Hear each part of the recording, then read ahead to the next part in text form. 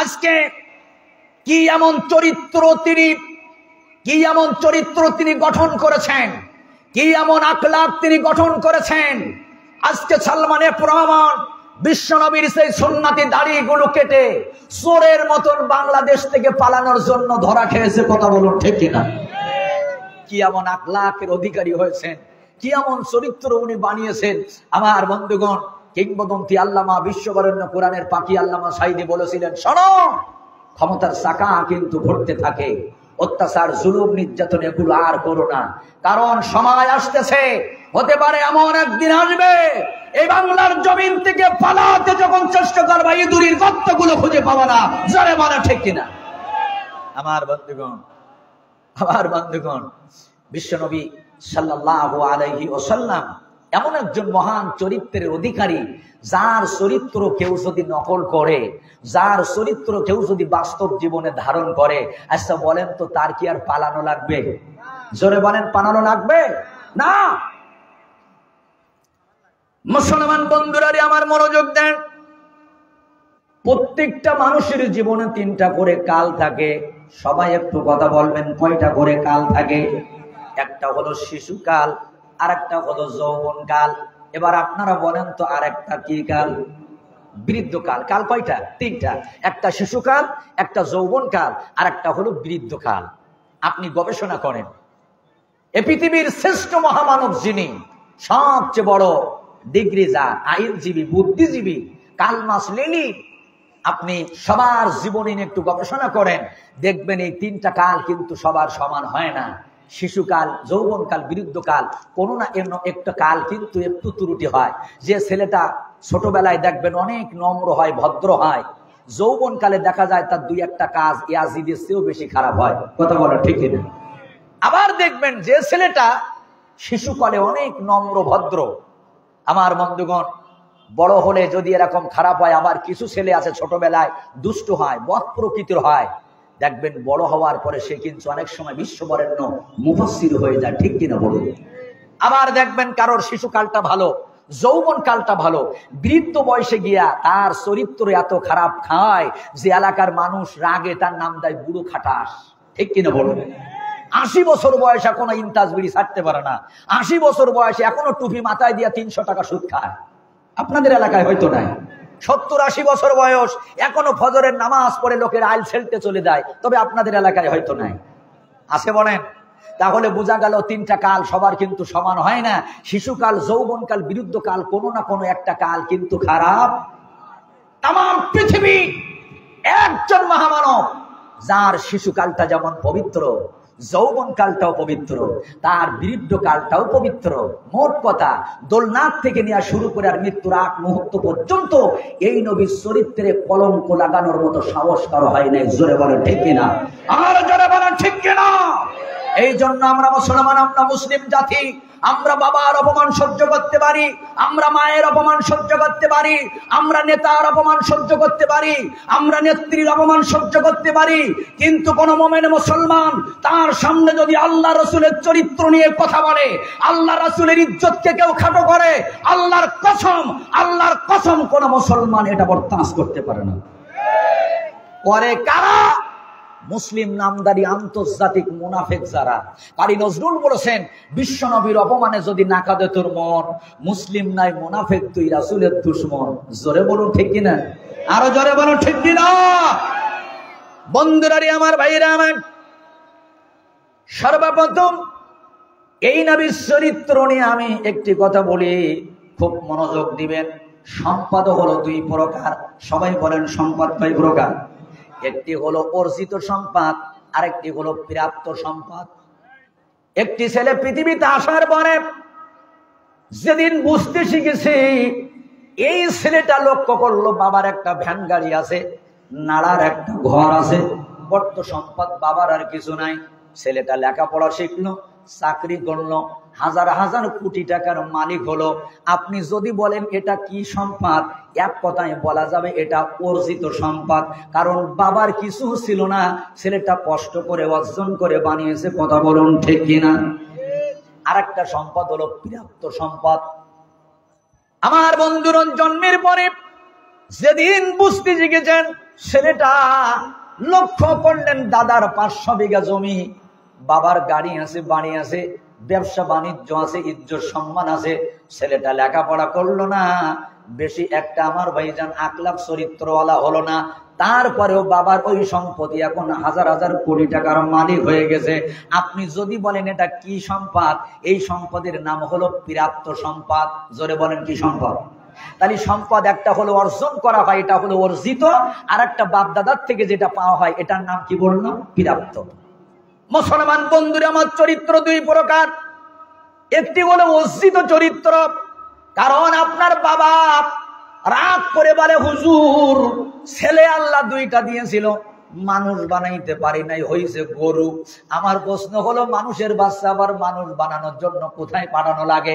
মানুষের বাচ্চা মানুষ বানাইতে গেলে স্কুলে পাঠানো লাগে, কলেজে পাঠানো লাগে, মাদ্রাসায় পাঠানো লাগে, এক কথায় জ্ঞান উপার্জন করা লাগে। তা না হলে কেউ কিন্তু তার এমন প্রকৃত মানুষ বলে না। বন্ধুরে আমার, আমি আপনাদের কাছে বলতে চাই, আপনারা বলেন আল্লাহর নবী কি কোনোদিন কোন স্কুলে পড়েছিল? নবীজি কলেজে পড়ে নাই, নবীজি ইউনিভার্সিটিতে যায় নাই, আল্লাহর নবী কোন মাদ্রাসায় পড়ে নাই, নবীজি কোনদিন খাতা কলম হাতে নেয় নাই। আমার ভাইরা, তারপরে আল্লাহর নবীর চরিত্র, মহান চরিত্র কেমন হলো? ওরে আমরা যেটা অর্জন করে বানাই এটা হলো অর্জিত চরিত্র। আর আল্লাহর পক্ষ থেকে এই পৃথিবী সৃষ্টির হাজার হাজার বছর আগে আল্লাহ রাব্বুল আলামিন যে নবীর মহান চরিত্রের সাক্ষী দিয়া কোরআনুল কারীমের আয়াত লৌহে মাহফুজে লিখে রেখেছিলেন, এই চরিত্রের নাম হলো মহান চরিত্র। একবার জোরে বলা যাবে কি মারহাবা? ও মদিনার মাটি রে, সাহাকন শোক বুঝি তাহার কপালে। মদিনারে তোর বুকে আমার নবী, যার লাগি পাগল সবে, যার তরে হইল সৃষ্টি ত্রিভুবন। কাজী আমি সারাক্ষণে কখন যাব সেখানে, কাজী আমি সারাক্ষণে কখন যাব সেখানে। সহে না আর পরনে, ও মদিনার মাটি রে, সাহাকন শোক বুঝি তোর কপালে। মারহাবা কি বলা যাবে? তাহলে আপনার আমার নবীর চরিত্র হলো মহান চরিত্র। আপনারা বলেন যে নবীজির চরিত্র কেউ যদি কলঙ্কের কালি দেয়, এদের সাথে কি আমাদের বন্ধুত্ব থাকতে পারে? যারা বলেন পারে। এই পৃথিবীর একটি রাষ্ট্রের নাম ফ্রান্স, আর ফ্রান্সের সরকারের নাম হলো ম্যাক্রো। সবাই বলেন নামটা কি?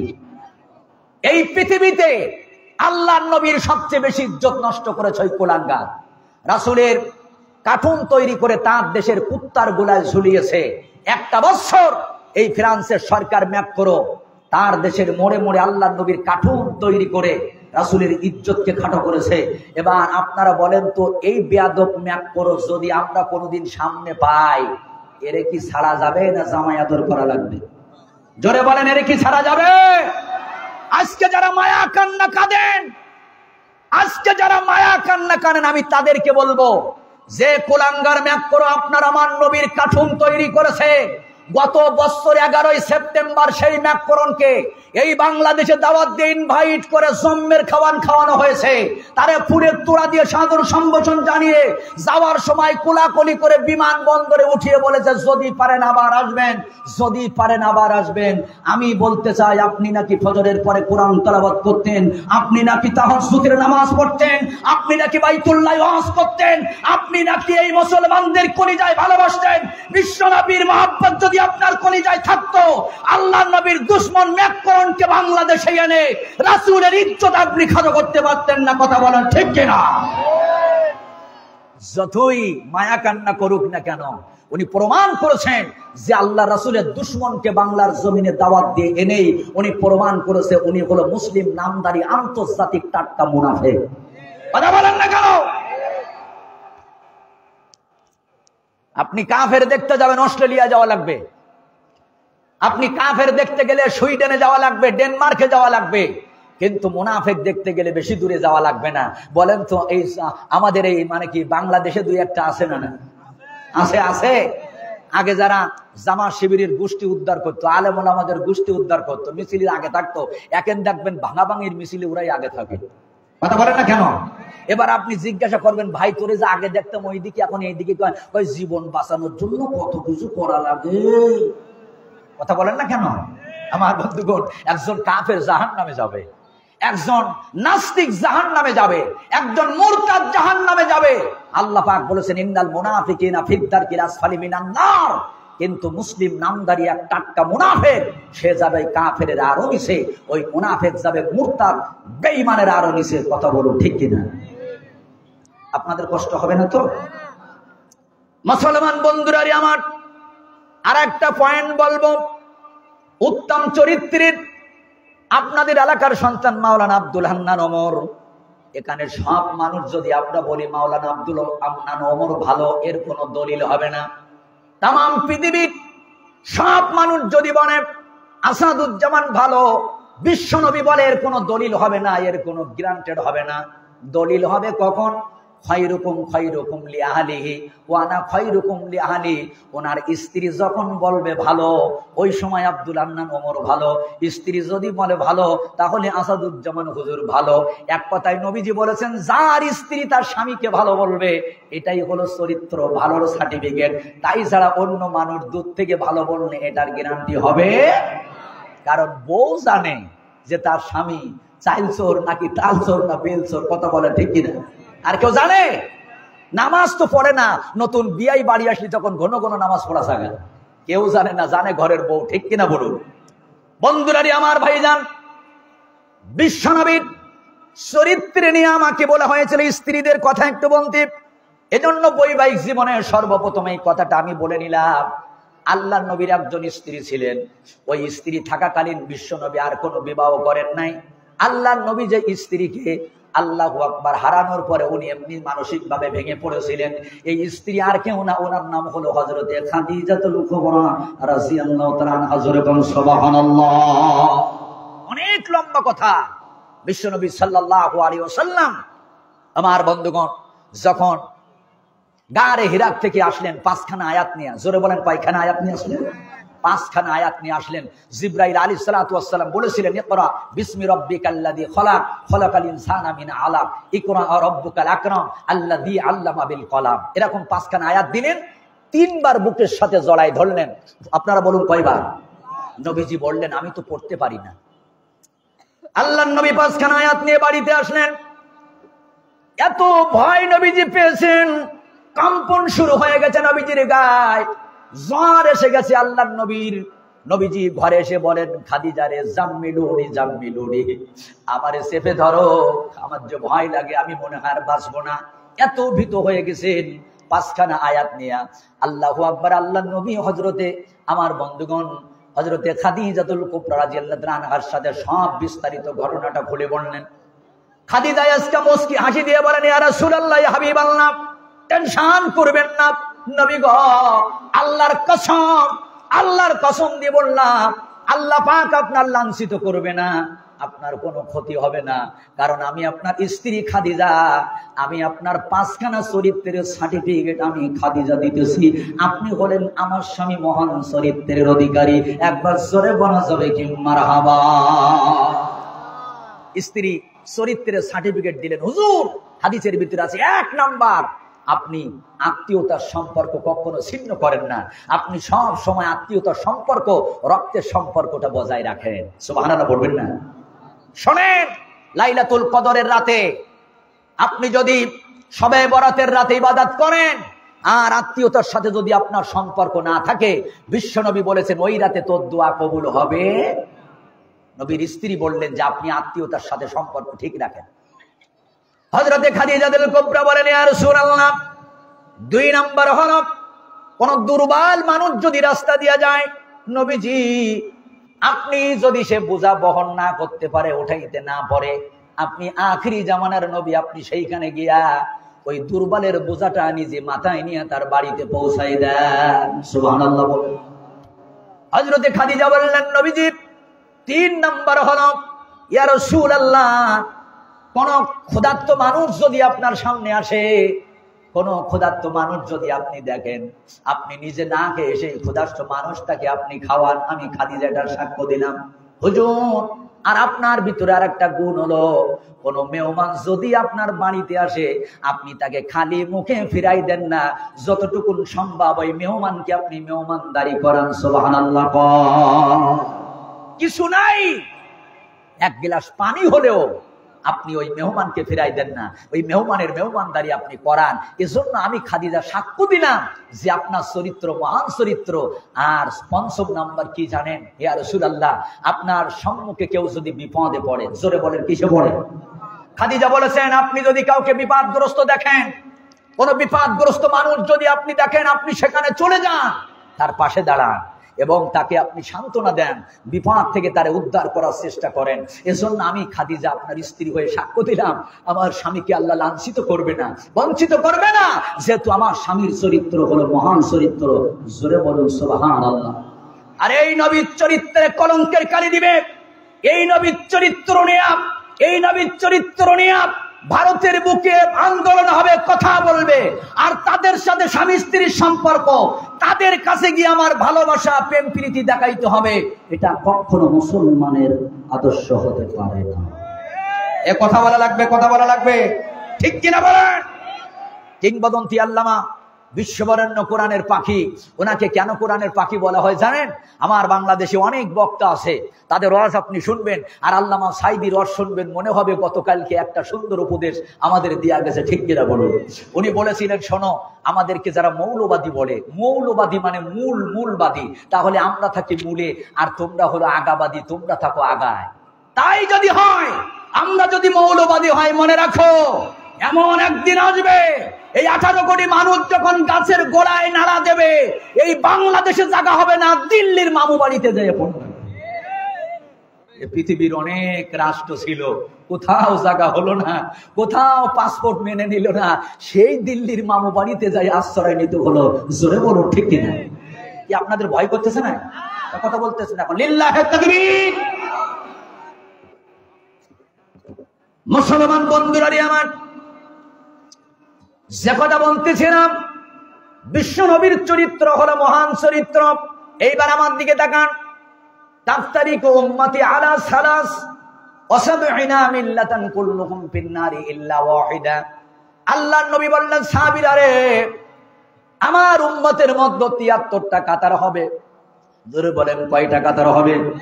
আমরা যারা এখানে আছি সবার 73টা কাতার হবে। নবীজি বললেন ইল্লা ওয়াহিদা, একটা মাত্র কাতার জান্নাতি হবে, আর বাকি 72টা কাতার হলো জাহান্নামী হবে। সাহাবীরা বললেন, ইয়া রাসূলুল্লাহ, ইয়া হাবিবাল্লাহ, জান্নাতি কাতার কোনটা? কি আমল করলে পরে ওই জান্নাতি কাতারে যাওয়া যাবে? হুজুর, এই আমলটা আমাদের একটু বলে দেন। আল্লাহর নবী বললেন, মা আনা আলাইহি ওয়া সাহাবী, আমি এবং আমার সাহাবীকে যারা অনুসরণ করবে, আমি এবং আমার সাহাবীদের পথ যারা গ্রহণ করবে, তাদের পথ যারা গ্রহণ করবে, সিরাতাল মুস্তাকিমের রাস্তায় যারা দাঁড়িয়ে যাবে, আল্লাহর নবী বললেন ওই 72টা কাতার জাহান্নামী কাতার হবে। আর আমি আমার সাহাবীদের অনুসরণ করার কাতারে, ওই কারণে ওই একটা কাতার হলো জান্নাতি কাতার হবে। জোরে কোন সুবহানাল্লাহ, আল্লাহু আকবার। তাহলে আমরা ওই 72 কাতারে দাঁড়াইতে চাই না জান্নাতের কাতারে দাঁড়াইতে চাই? কারা কারা দাঁড়াবেন? হাত দেখান। লিল্লাহে তাকবীর। আল কোরআনের আলো। ভাই, ঘরে ঘরে জালো এই কথা আর বলা যাবে না, কারণ এটা ছিল আবু জেহেলের কথা। কার কথা? আবু জেহেল বলতো, ভাতিজা তুমি কোরআনের আলো ঘরে জ্বালাও, আমার সমস্যা নেই, তবে বাইরে জ্বালালে সমস্যা আছে।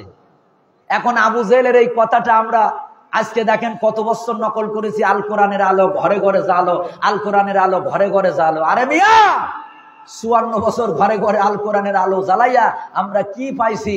আমরা কিছু পাই নাই, বরং আমরা 74টা লুচ্চার বদমাইশ বেশি পাইছি। কথা বলো ঠিক কিনা?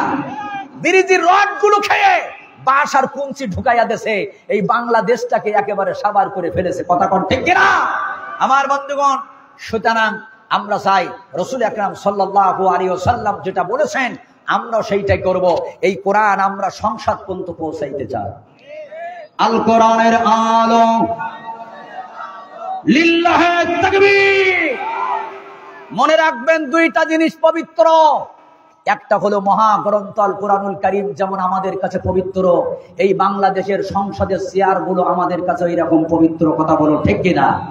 এই বাংলার পবিত্র সংসদের চেয়ারে নাস্তিক মুমতাজকে আমরা দেখতে চাই না, ওই পবিত্র চেয়ারে আমরা মিজানুর রহমান আজহারীকে দেখতে চাই। ওই সংসদের পবিত্র চেয়ারে আমরা আল্লামা মামুনুল হক সাহেবকে দেখতে চাই।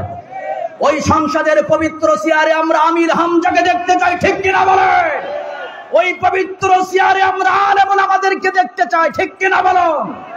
কোন দুর্নীতিবাজ, কোন চোর, কোন ডাকাতদেরকে আমরা নতুন করে দেখতে চাই না। বন্ধুরারি আমার, বিশ্বনবীর আদর্শ যারা ধারণ করবে, নবীজির দেখানো পথ দেখানো মতে যারা চলবে, ওই ৭২ জাহান্নামী কাতারে দাঁড়ানো লাগবে না, জান্নাতি একটা কাতারে দাঁড়া যাবে। আমার ভাইজান হাসান বসরি রহমাতুল্লাহ আলাইহি বলেছেন, যদি তোমরা নবীজির আদর্শ গ্রহণ করতে চাও, তোমার ভেতরে ৩টা আমল বানাও। জোরে বলুন, কয়টা? আরো জোরে। জোর হলো না? ৩টা। ওয়াজ বুঝে নিন। আগেই বলেছি রাসূলের চরিত্র হলো মহান চরিত্র, আর সেই চরিত্র যারা গ্রহণ করবে, যারা চরিত্র বাস্তব জীবনে আমার বন্ধুগণ ফিট করবে, তার জীবনে আল্লাহ রাসূলের সাথে ওই জান্নাতি কাতারে তারা দাঁড়াইতে পারবে। হাসান বসরি রহমাতুল্লাহ আলাইহি বলেছেন, কমপক্ষে 3টা গুণ তোমার মধ্যে থাকতে হবে। 1 নম্বর হলো বাস্তুল ওয়াজহি, কথা বলার সময় মুস্কি হাসি দিয়ে কথা বলতে হবে। সুবহানাল্লাহ বলবেন না? বলেন তো, কি হাসি দিয়ে কথা বলতে হবে? মুস্কি হাসি। মুসলমান বন্ধুরারি আমার, হাসি হলো 3 প্রকার। সবাই বলেন, হাসি কয় প্রকার? 1 নম্বর হাসির নাম হলো তাবাসসুম, যেটাকে বলা হয় মুস্কি হাসি। 2 নম্বর হাসির নাম হলো জিহক, আপনার দাঁত বের হবে, খক খক শব্দ হবে। ইসলামে এই হাসিটা অনুমতি দিয়েছেন, কিন্তু না হাসা ভালো। আর 3 নম্বর হলো কাহা কাহা। 3 নম্বর কি? ওই যেটা কাউয়া কাদের হাসতো, আসলে দেখছেন না? জ্বালা, মনে বড় জ্বালা। ভাই খেলা হবে, বারবার বলতো খেলা হবে, আমাদেরকে ডাকতো আসো খেলা হবে, তবে আমরা যাইতাম না। কেন জানেন? আচ্ছা আপনারা বলেন, রেফারি বাঁশি দেওয়ার আগে কোন প্লেয়ার যদি মাঠে নামে, ও কি বৈধ প্লেয়ার না অবৈধ প্লেয়ার? কথা বলা লাগবে। কারণ যে রেফারিকে মানে না, বাঁশি দেওয়ার আগে মাঠে নামে, ওটা হলো অবৈধ প্লেয়ার। এই জন্য আমাদের ডাকতো, আমরা কিন্তু মাঠে নামতাম না। কেন? আমরা শুধু আল্লাহর অনুমতি নেওয়ার অপেক্ষা ছিলাম। কথা বলো ঠিক কিনা? আল্লাহ পাকের পক্ষ থেকে কখন অনুমতি আসবে, অত্যাচার জুলুম আর নির্যাতনের কখন শেষ হবে, কখন 5ই আগস্ট হবে, তারপরে আমরা যখন মাঠে নেমে গেছি, আর তোমাদের আর মাঠে খুঁজে পাওয়া তো দূরের কথা, বাইরেও খুঁজে পাওয়া যাচ্ছে না। মুসলমান বন্ধুরারে আমার, এই জন্য অবৈধ প্লেয়ার আমরা হতে চাই নাই। আমাদেরকে এতদিন যারা বলেছে অবৈধ প্লেয়ার, আমার বন্ধুরা শুনে নাও, 2-1টা মোল্লাদার সকাল বিকাল নাস্তা কর, আমাদেরকে বলতো মোল্লা, আমাদেরকে কটূক্তি করতো, জোরে কোন ঠিক কিনা? কিন্তু মোল্লাদের সম্মান দেয় কে? এই মোল্লাহারে ছাড়া কিন্তু কবর হবে না, এই মোল্লাহারে ছাড়া কিন্তু দাফন হবে না, এই মোল্লা ছাড়া তোর জানাজা কেহ পড়বে না, এই মোল্লা ছাড়া তোর জানাজা কেহ পড়বে না, এই মোল্লাহার ছাড়া কিন্তু কবর হয় না। জোরে কোন ঠিক কিনা? সারা জীবন করলি রে তুই সে মোল্লারে ঘৃণা, ওই মোল্লারে লাগবে পরে এইটা ভাবলি না। সারা জীবন করলি রে তুই যে মোল্লারে ঘৃণা, ওই মোল্লারে লাগবে পরে এইটা ভাবলি না। এই মোল্লা না থাকিলে তোর মার বিয়েও হইতো না। ঠিক কিনা বলেন? এই মোল্লা না থাকিলে তোর মার বিয়েও হইতো না, এই মোল্লাহারা ছাড়া কিন্তু কবর হবে না, এই মোল্লাহারা ছাড়া কিন্তু দাফন হয় না। জোরে কোন ঠিক কিনা? বন্ধুরারে আমার, বলতেছিলাম হাসি হলো 3 প্রকার। আবার বলেন কয় প্রকার?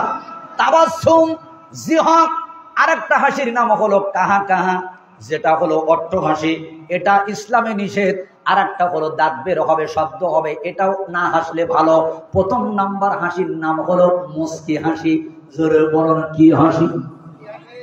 যার টাকা নেই, পয়সা নেই, আমার ভাইজান গাড়ি বাড়ি নেই, কিন্তু দান করতে মনে চায়। দান করতে কার না ভালো লাগে, কার না মনে চায়? নবীজি বলেন, সাহাবীরা রে, যাদের টাকা নেই, যাদের পয়সা নেই, যাদের অর্থ নেই, কোনো কিছু তোমার থাকার দরকার নেই। একজন মুসলমান হয়ে যদি তুমি কোনো মানুষের সাথে দেখা করো, আর যদি ওই সময় একটা মুস্কি হাসি দিয়ে কথা বলতে পারো, মুখটা অন্ধকার করে কথা বলবা না, ওই মুস্কি হাসি দিলে হাজার হাজার কোটি টাকা আল্লাহর রাস্তায় দান করলে যে নেকি হবে, আল্লাহর রাস্তায় সদকা করার নেকি তোমার আল্লাহ আমল নামায় দিয়ে দিবে। আরো জোরে বলেন সুবহানাল্লাহ। তাহলে মুস্কি হাসলে সদকার নেকি, জোরে বলেন কিসের নেকি? কিন্তু আমার বাংলাদেশে এই হাসিটা এখন বন্ধ হয়ে গেছে। দেখবেন সব ঠিক আছে, গাড়ি বাড়ি টাকা পয়সা, ওর মন ভালো না। রাস্তা দিয়ে যাবে, জিজ্ঞাসা করবেন ভাই কেমন আছেন? ভালো আছি। ভাই কোথায় যাবে? না তোমার দরকার কি? কিরকম কয় কি না? মনে হয় যেন গাজার টুকলা সবসময় পকেটে দুই একটা থাকে। কথা বলেন আছে না নাই? আমার বন্ধুগণ, এজন্য এইরকম চরিত্রের মানুষ আমরা হতে চাই না। আমরা চাই বিশ্ব নবীর আদর্শ আমরা ধারণ করতে। দেখা হলেই সেটা ইহুদি নাসারা কাফের বেঈমান যে হোক না কেন, মুস্কি হাসি দিয়ে কথা বলতে হবে। ঠিক কিনা বলুন? বিশ্ব নবীর মুস্কি হাসির একটা ঘটনা শোনেন, আপনাদের কষ্ট হবে না তো? বন্ধুরারি আমার, ভাইরা আমার, উমাইর আল্লাহ সিলসিলে ফাজালা মান্নত করেছি।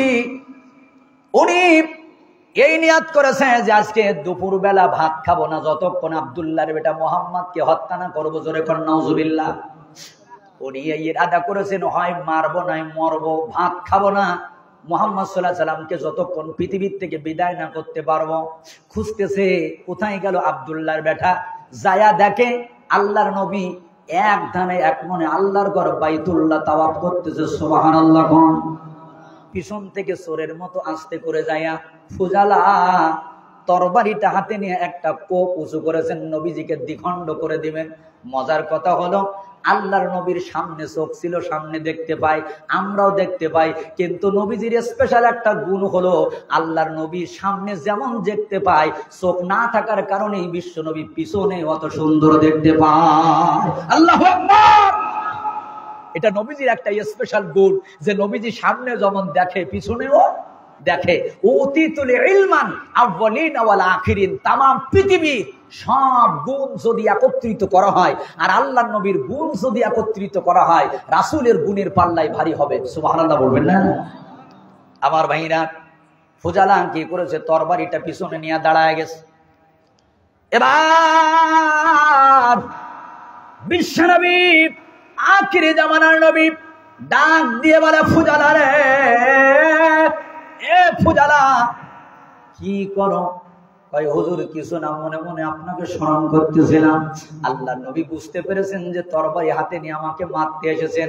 নবীজি মুস্কি একটা হাসি দিয়া পবিত্র ডান হাত কেনা ফুজালার বুকের পরে রেখেছেন। কিছুক্ষণ প্রশান্তির সমীরণ বয়ে গেছে ওর বুকের ভিতরে, তোলপাড় শুরু হয়ে গেছে। 100 বছরের জ্বলিত হিংসা দম করে নিভে গেছে আল্লাহর নবীর মুখের একটা হাসি দেখে। একবার জোরে বলা যাবে কি মারহাবা। ও নামে এত জাদু, এত মধুময়, ও নাম নিয়ে ফুল সুরভি ছড়ায়, ও নামের সুর তুলি পাখিরা যে গায়। হে রাসূল নবীজি আমার, হে রাসূল নবীজি আমার, মারহাবা। যেই না একটা মুস্কি হাসি দিয়ে হাত রাখছে, ফুজালার বুকের ভিতরে তোড়পাড় শুরু হয়ে গেছে। কিছুক্ষণ পরে কই হুজুর আর থাকতে পারলাম না, আমার ঈমানে কালেমা পড়ায় দেন। সুবহানাল্লাহ বলবেন। আল্লাহর নবী কালেমা পড়াই দিলেন। বিশ্ব নবীর হাতখানা বুক থেকে উঠাই নেবেন। ফুজালা দেখে বলে, নবীজি উঠাবেন না, আপনার হাতখানা আমার বুকের পরে রাখেন। ইয়া রাসূলুল্লাহ, ইয়া হাবিবাল্লাহ। মানুষের হাতে এত মায়া থাকে, মানুষের হাতে এত প্রেম থাকে, জানতাম না। যতক্ষণ আপনার হাতখানা আমার বুকের পরে রাখছেন হুজুর আমি শান্তি পাই। আপনার হাতখানা যখন উঠাই নিয়েছেন আমার ভিতরে অশান্তি শুরু হয়ে যায়। ইয়া রাসূলুল্লাহ, ইয়া হাবিবাল্লাহ, আপনার এই হাত হলো রহমতের হাত। একবার জোরে জোরে কোন মারহাবা। আমার ভাইরা, আমার বন্ধুরা, তাহলে আল্লাহর নবীর হাত এটা হলো রহমতের হাত, আল্লাহর নবীর হাত এটা হলো হেদায়েতের হাত, আল্লাহর নবীর হাত এটা হলো সিরাতাল মুস্তাকিমের হাত। বন্ধুরি, আল উলামা ওয়ারাসাতুল আম্বিয়া। নবীজি বলেন আমার ওয়ারিস হলো আলেম উলামা, আমি পৃথিবীতে থাকবো না, তবে আমার ওয়ারিস হলো আলেম ওলামা। শুনে নাও, যদি একজন আলেমের পিছনে তোমরা নামাজ পড়ো, আমি নবীজির পিছনে ইমামতি করার মতো হয়ে যাবে। বলুন সুবহানাল্লাহ। আজকে সেই আলেম ওলামাদেরকে লুচ্চা বানানো হয়েছে, তাদেরকে ডাকাত বানানো হয়েছে, সন্ত্রাস বানানো হয়েছে, মিথ্যা মামলা দিয়ে রিমান্ডের নামে তাদেরকে নির্যাতন করা হয়েছে। কথা বলুন ঠিক কিনা? জোরে বলেন ঠিক কিনা? আমার বন্ধুগণ শোনেন, আমার বাংলাদেশে অনেক আলেম ওলামা আছে, আপনি দেখবেন একজন হুজুরের দাড়ি আলেমরা নকল করে, তার টুপি নকল করে, তার কণ্ঠ নকল করে, তার মতো করে ওয়াজ করতে নকল করে, অন্য কোনো বক্তাদের নকল করে না। এই মানুষটা হলো কিংবদন্তি আল্লামা দেলোয়ার হোসেন সাঈদী। জোরে বলুন কথা ঠিক কিনা? ইনি সাধারণ মানুষ নয়, সাধারণ কোনো মানুষই না। ওই বাইতুল্লাহ চত্বরে 3 জন ব্যক্তির গায়েবী জানাজা হয়েছে, তার ভিতরে একজন হলেন আল্লামা সাঈদী। জোরে বলুন মারহাবা। সৌদি সরকার ওনার জীবনে 5 জনের কপালে চুমা দিচ্ছেন, তার ভিতরে একজন হলেন আমাদের আল্লামা কিংবদন্তি সাঈদী। তাম পৃথিবীর 1000 আলেমকে দাওয়াত দিলেন সৌদি বাদশাহ। জের জবর ছাড়া নেড়া আরবি পড়তে হবে, সুললিত কণ্ঠে কে তাড়াতাড়ি পড়তে পারবে। ইনি এমন একজন কোরআনের পাখি, তাম পৃথিবীর 999 জন আলেমকে পিছনে ফেলে দিয়া 99 মার্ক নিয়া সর্বোচ্চ পুরস্কারটা বাংলাদেশের জন্য এনেছিলেন। জোরে বলুন মারহাবা। আর সেই মানুষটা হলো সবচেয়ে বড় রাজাকার, সেই মানুষটা হলো সবচেয়ে বড় সন্ত্রাস। কথা কোন ঠিক কিনা? আমি এই খুলনায় জন্মগ্রহণ করে এখন নিজেকে লজ্জিত মনে করি। বলবেন কেন? আল্লামা সাঈদী বলেছিলেন, সন্তানেরা, আমার মার কবরের কাছে আমি থাকতে চাই না, আমার বাবার কবরের কাছে আমি থাকতে চাই না। আমি সাঈদী 64টা জেলার খুলনা জেলাকে আমার বুকে ধারণ করেছি, ওই খুলনার সিদ্দিকিয়া মাদ্রাসার পাশে আমি শুয়ে থাকতে চাই। সুবহানাল্লাহ বলবেন না? দুঃখজনক হলো সত্য, বিশ্বের 56টা রাষ্ট্রে 52 বছর তিনি কোরআনের তাফসীর করেছেন। সেই আল্লামা সাঈদী যেদিন ইন্তেকাল করেছেন, সেদিন তার লাশ খুলনার জমিনে কিছু মানুষ আনতে দেয় নাই। তারা বলেছিল রাজাকারের লাশ খুলনার মাটিতে দাফন হবে না, রাজাকারের লাশ খুলনার মাটিতে দাফন হবে না। আমার বন্ধুগণ, সেই পিরোজপুরের মাটিতে তাকে দাফন করা হলো। আজকে লজ্জা করা দরকার। হাজারো বাস, টেম্পু, মাইক্রো ভাড়া করে এই খুলনাবাসী পিরোজপুরে তার, আমার বন্ধুগণ, কবর জিয়ারত করতে যায়। জোরে কর ঠিক কিনা? সেই মানুষগুলা কোথায় যারা আল্লামা সাঈদীকে রাজাকার বলেছিল? আল্লামা সাঈদীকে এই খুলনার মাটিতে আসতে দেয় নাই। কোথায় তোমাদের সম্মান, তোমাদের ইজ্জত আজকে কোথায়? আজকে যদি পারো একটু মাথা ছাড়া দিয়ে সাঈদীকে রাজাকার বলে দেখো, আল্লামা সাঈদীর বিরুদ্ধে কথা বলে দেখো। এই বাংলার তৌহিদি জনতা নাড়া করার জন্য বেনেট লাগাবে না, জুতা দিয়ে তোদের নাড়া করে ফেলবে। জোরে বলেন কথা ঠিক কিনা? কষ্ট হয় আপনাদের? মুসলমান বন্ধুরা আমার, যে কথা বলতেছিলাম, মুস্কি হাসিটা দিতে হবে, এটা আল্লাহর নবীর একটি আদর্শ। আপনারা দেখবেন আল্লামা সাঈদীর ইন্তেকালের আগে হুইল চেয়ারে বসে উনি একটা মুস্কি হাসি দিয়েছেন। ইউটিউবে আছে না নাই? পাইকাচার মুসলমান, সাঈদীর নাম শুনলে অনেক মুরব্বীদের লোম পর্যন্ত এখন খাড়া যায়। আপনারা দেখে নেবেন, মরার আগে ওই মানুষটা এত সুন্দর একটা মুস্কি হাসি দিয়া প্রমাণ করেছে। বাংলাদেশের জনগণ শুনে নাও, আমি 13 বছর জেল খেটেছি, ঠিক আছে, আরো 13 বছর থাকতে রাজি। বাতিলের কাছে মাথা নত করব না, রাষ্ট্রপতির কাছে আমি সাঈদী জীবন ভিক্ষা চাইতে পারবো না। দেখা তো হবে না আর এই জীবনে, দেখা হবে জান্নাতি ফুল বাগান। ঠিক কিনা বলেন? দেখা তো হবে না আর এই জীবনে, দেখা হবে জান্নাতি ফুল বাগানে। এই আশা কবুল করো আল্লাহ, তুমি শহীদ হয়েছ তুমি এটাই জানি। আল্লামা সাঈদী তুমি মরনি, শহীদ হয়েছ তুমি এটাই জানি। ঠিক কিনা? কারাগারে কাটালে 13টি বছর, বাতিল কেঁপেছে তোমায় দেখে থরথর। ঠিক কিনা বলেন? কারাগারে কাটালে 13টি বছর, বাতিলকে পেছে তোমায় দিকে তরতার। তুমি তো ছিলে মোদের নয়নমণি, শহীদ হয়েছ তুমি এটাই জানি। আল্লামা সাঈদী তুমি মরনি, শহীদ হয়েছ তুমি এটাই জানি। মারহাবা। বন্ধুরা রে আমার, 1 নম্বর হলো বাসতুল ওয়াজহি, কথা বলার সময় তোমার মুখে একটা হাসি থাকবে। মুসলমান বন্ধু, 2 নম্বর হলো হাসান বসরি রাহমাতুল্লাহ আলাইহি বলেন, যদি নবীজির সাথে জান্নাতে যেতে চাও, নবীর আদর্শ নবীর আখলাক যদি তুমি অর্জন করতে চাও, কাফুল আযা 2 নম্বর হলো তোমার কোনো কাজে, তোমার কোনো ব্যবহারে কোনো মুসলমান, কোনো ব্যক্তি, ইহুদি, নাসারা, কাফের, বেঈমান, এক কথায় তোমার কোনো ব্যবহারে কোনো মানুষ যেন মনে কষ্ট না পায়। মুসলমান সেই দাবি করতে পারে, আল মুসলিমু মান সালিমাল মুসলিমুনা মিন লিসানি ইয়াদিহি, যার হাত আর জবান, জোরে বলেন হাত আর, সেই নিজেকে মুসলমান পরিচয় দিতে পারবে, সেই বলতে পারবে আমি মুসলিম। যার হাত নিয়ন্ত্রণ করেছে অন্যায়ভাবে মানুষের কানে চড় মারা, অন্যায়ভাবে মিথ্যা মামলা এই কলম দিয়ে লেখা, কথা বলুন ঠিক কিনা, সেই প্রকৃত মুসলমান। যার জবান, যার হাত নিয়ন্ত্রণ করতে পেরেছে। এজন্য বিশ্বনবীর একটি আদর্শ হলো যে আল্লাহর নবী মানুষের উপরে দয়া করেছেন, মায়া করেছেন। নবীজি কাউকে কিন্তু কষ্ট দেন নাই। ভাই জানেন আরে আমার, তবে এই ওয়াজটা মনে রাখবেন, এই মেসেজটা সবার কাছে পৌঁছাই দিবেন। বন্ধুরে, আমাদের সমাজে কিছু মানুষ আজকে বলে আল্লাহর নবী মক্কা বিজয়ের পরে সবাইকে মাফ করে দিয়েছিল, নবীজি কারোর ঘরে আগুন দেয় নাই, নবীজি কারোর ঘর বাড়ির ইট খুলে নেয় নাই, নবীজি কারোর বাড়িতে আমার ভাইজান হামলা করে নাই, লুট করে নাই। এ কথা ঠিক আছে, আমিও মানি, কিন্তু মক্কা বিজয়ের একটা ওয়াজ তোমার জানা লাগবে। জোরে বলেন কয়টা? এই ওয়াজটা যারা না জানে ওদের কাছে পৌঁছাই দেবেন। আল্লাহর নবী মক্কা বিজয়ের পরে সবাইকে মাফ করেছিল, 14 জনকে মাফ করে নাই।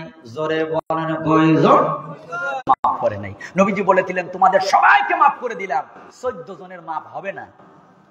নবীজি বললেন এই 14 জনের ভিতরে এমন 6 জন, এই 6 জনকে যেখানে পাও সেখানে হত্যা করবা।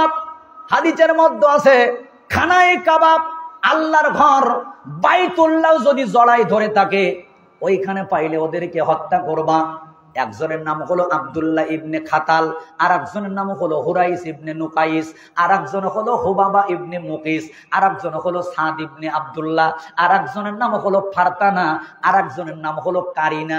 নবীজি বললেন সাহাবীরা রে, এই 2 জন মেয়ে আর 4 জন পুরুষ, এই 14 জনকে আমি নবী মাফ করলাম না, এই 6 জনকে যেখানে পাও সেখানে হত্যা করো। একজন বলে ইয়া রাসূলুল্লাহ, কেন এই 6 জনকে মারা লাগবে? নবীজি বললেন এরা হলো সমাজের পয়জন, এরা হলো সমাজের ক্যান্সার, এরা হলো সমাজের কীট, এরা সুযোগ পেলে আবার আঘাত করবে, আবার মুসলমানের ভিতরে রক্তপাত করবে, এই জন্য এদের বাঁচাই রাখা যাবে না। এ পাইগাছের মুসলমান, আপনারা বলেন আল্লাহর নবী যদি 14 জনকে মাফ না করতে পারে, 6 জনকে মৃত্যুদণ্ড দিতে পারে, এই 14 জনের চরিত্রের সাথে যদি কারো চরিত্র মিলে যায়, বাংলাদেশে কোন নেতার চরিত্র মিলে, কোন ইমামের চরিত্র মিলে যায়, বাংলাদেশে কোন সাধারণ মানুষের চরিত্র যদি মিলে যায়, যেখানে আল্লাহর নবী মাফ করে নাই, ওদের কি মাফ করা যাবে? আরো জোরে বলেন যাবে। তবে আমার সাবজেক্ট এটা না, এই জন্য এই সাবজেক্টে আমি কথা বলবো না। তবে আমার বন্ধুগণ, শুধুমাত্র এতটুকু মেসেজ দিলাম যে আল্লাহর নবী সবাইকে মাফ করেছিল, উল্লেখিত আল্লাহর নবী 14 জনকে মাফ করে, জোরে বলেন মাফ করে নাই। শুধুমাত্র ওয়াজ শোনার যে নবীজি মাফ করেছিল, মাফ করেছিল, আমার ভাইজান না, আল্লাহর নবী সকলকে মাফ করে নাই, এই কথাটা আপনি মনে রাখবেন। সারাটা জীবন অত্যাচার, জুলুম, নির্যাতন করেছেন। রাত্রিবেলা কোরমা পোলাও বিরিয়ানি খাইয়া যখন স্ত্রী নিয়ে 3 লক্ষ টাকার পালঙ্কে তুমি ঘুমাইছিলে, ইসলামী আন্দোলনের করার কারণে ওই মানুষটা কবরস্থানে ঘুমিয়েছিল। কথা বলেন না কেন?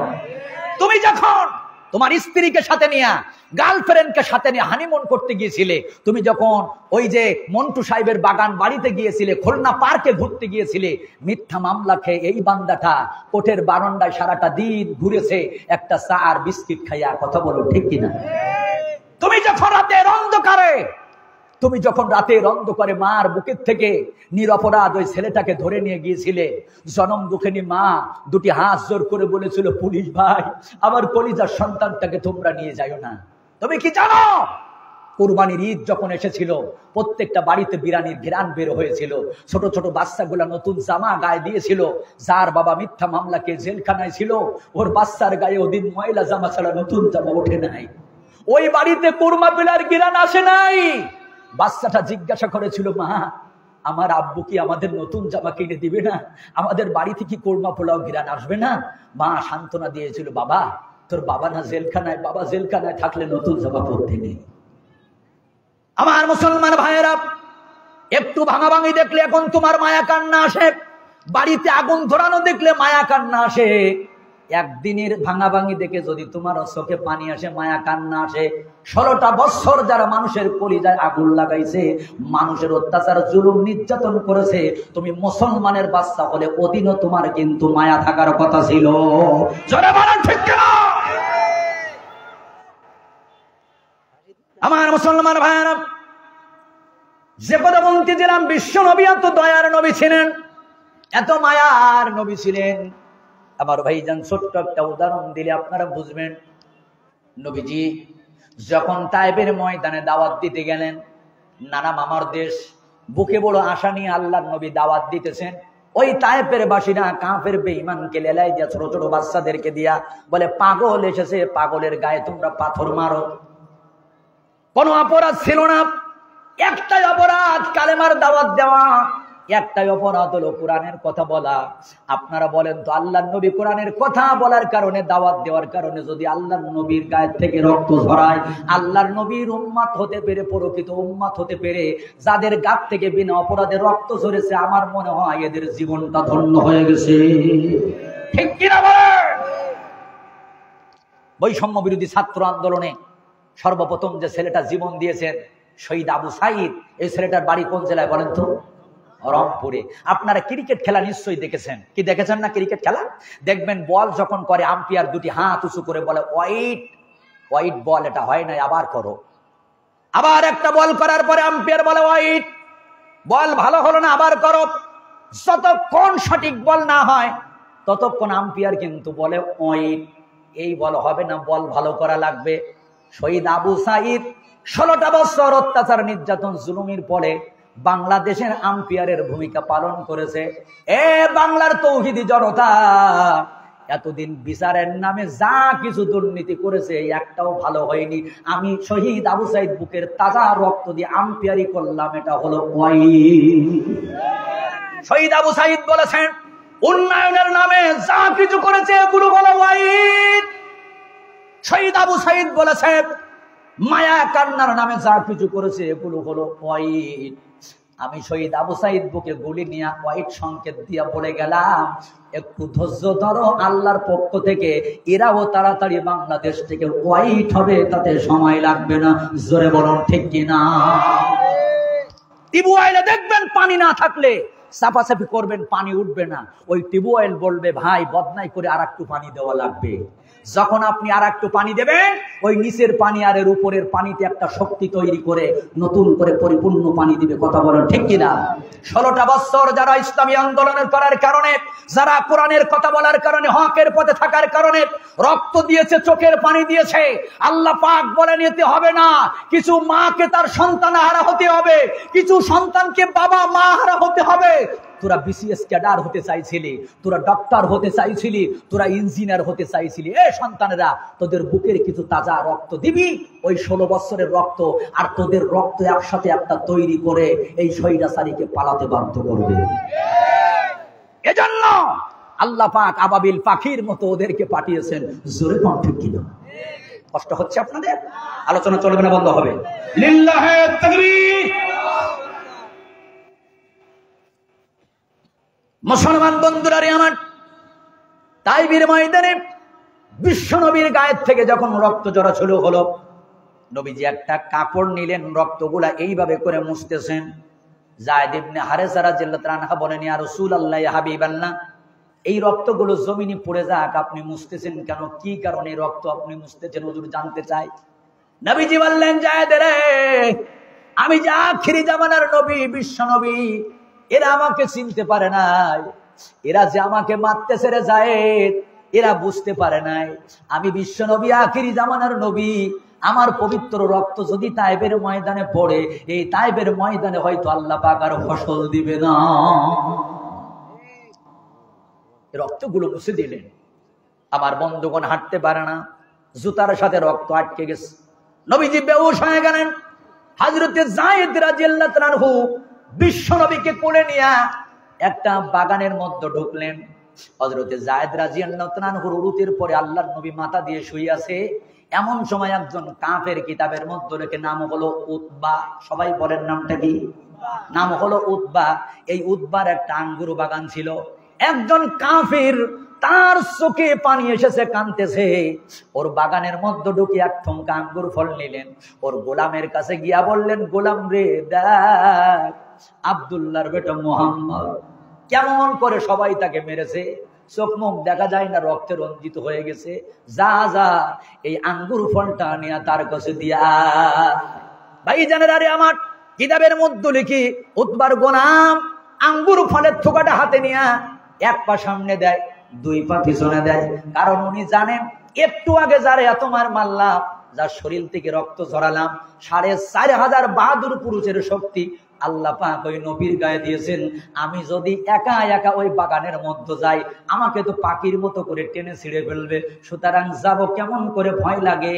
দূর থেকে আল্লাহর নবী এই দৃশ্যটা দেখলেন। কি দয়ার নবী, কি মায়ার নবী রে! ইশারা করে বলতেছেন, বাজান আয়, তোরে মারবো না, ভয় করিস না, আমার বুকে আয়। আমি যে বিশ্ব নবী, আমি আখেরি জামানার নবী, আমি মারতে আসি নাই, আয় আমার বুকে আয়। মারহাবা কম। উতবার গোলামকে ডেকে নিলেন, মাথায় হাত বুলালেন, বুকের সাথে জড়ায় বলে, তুমি কি নিনুয়া শহরের বাসিন্দা? উনি অবাক হয়ে গেলেন। ইয়া রাসূলুল্লাহ, ইয়া হাবিবাল্লাহ, আমি নিম্ন শহরের বাসিন্দা, আপনি কেমন করে জানেন? নবীজি মুস্কি এসে বলে, বাবা ওইটা না আমার ভাই ইউনূস আলাইহিস সালামের শহর। এই কথা বলার পরে সুললিত কণ্ঠে সূরা ইউনূস উনি তেলাওয়াত করা শুরু করে দিলেন। এত সুন্দর কণ্ঠ, এত সুন্দর তেলাওয়াত, বেশিক্ষণ আর থাকতে পারলেন না। ওই উতবার গোলাম দৌড়াই যায় আল্লাহর নবীর পায়ে একখানা চুমা দিলেন। বলুন সুবহানাল্লাহ। একটা চুমা দিস। দূর থেকে উতবা কাফের দেখে বলতে চাই, কার পায়ে চুমা খা? গোলাম বলতেছেন, হুজুর কার পায়ে চুমা খাই জানেন? মানুষ দেখেছি, কিন্তু এত সুন্দর মানুষ দেখি নাই, এত সুন্দর আকলাকওয়ালা মানুষ দেখি নাই, এত সুন্দর চরিত্রওয়ালা মানুষ কখনো দেখি নাই। এই মানুষটার পায়ে চুমা খাবো না তো কার পায়ে চুমা খাবো? আমার মনে হচ্ছে আমার জীবন যদি চলে যায়, এই মানুষটার গুণের বর্ণনা আমি করবো, আপনি আমার বর্ণনা থেকে বিরত রাখতে পারবেন না। সুবহানাল্লাহ। আমার ভাইজান, সেই নবীরে অনেকে লুচ্চা গালাগালি করে, সেই নবীরে বদমাশ বলে, সেই নবীরে আমার বন্ধুরা চরিত্র নিয়ে যারা কথা বলে, আমি মনে করি মুসলিম নামদারি মুনাফিকেরা তাদের সাথে সম্পর্ক রাখতে পারে, কোন মুসলমান তাদের সাথে সম্পর্ক রাখতে পারে না। এই যে 14 দিন আগে খুলনার বিশ্বাস মন্ডল নামের একটি ছেলে, তাকে একটু বাটাম দেওয়া হলো। আপনারা অনেকেই পেপার পত্রিকায় দেখেছেন, এই বিধর্মী ছেলেটা 3 বছর আগে আপনার আমার নবীর চরিত্র নিয়ে আজে বাজে কথা বলে। তাকে 2 বার ওয়ার্নিং দেওয়া হয়েছে, যে আমার নবীর চরিত্র নিয়ে কথা বলবে না। আমরা সব সহ্য করতে পারি, বিশ্ব নবীর আদর্শ নিয়ে কথা বললে মুসলমানের রক্ত কিন্তু খুন ছুটে যায়, সহ্য করতে পারে না।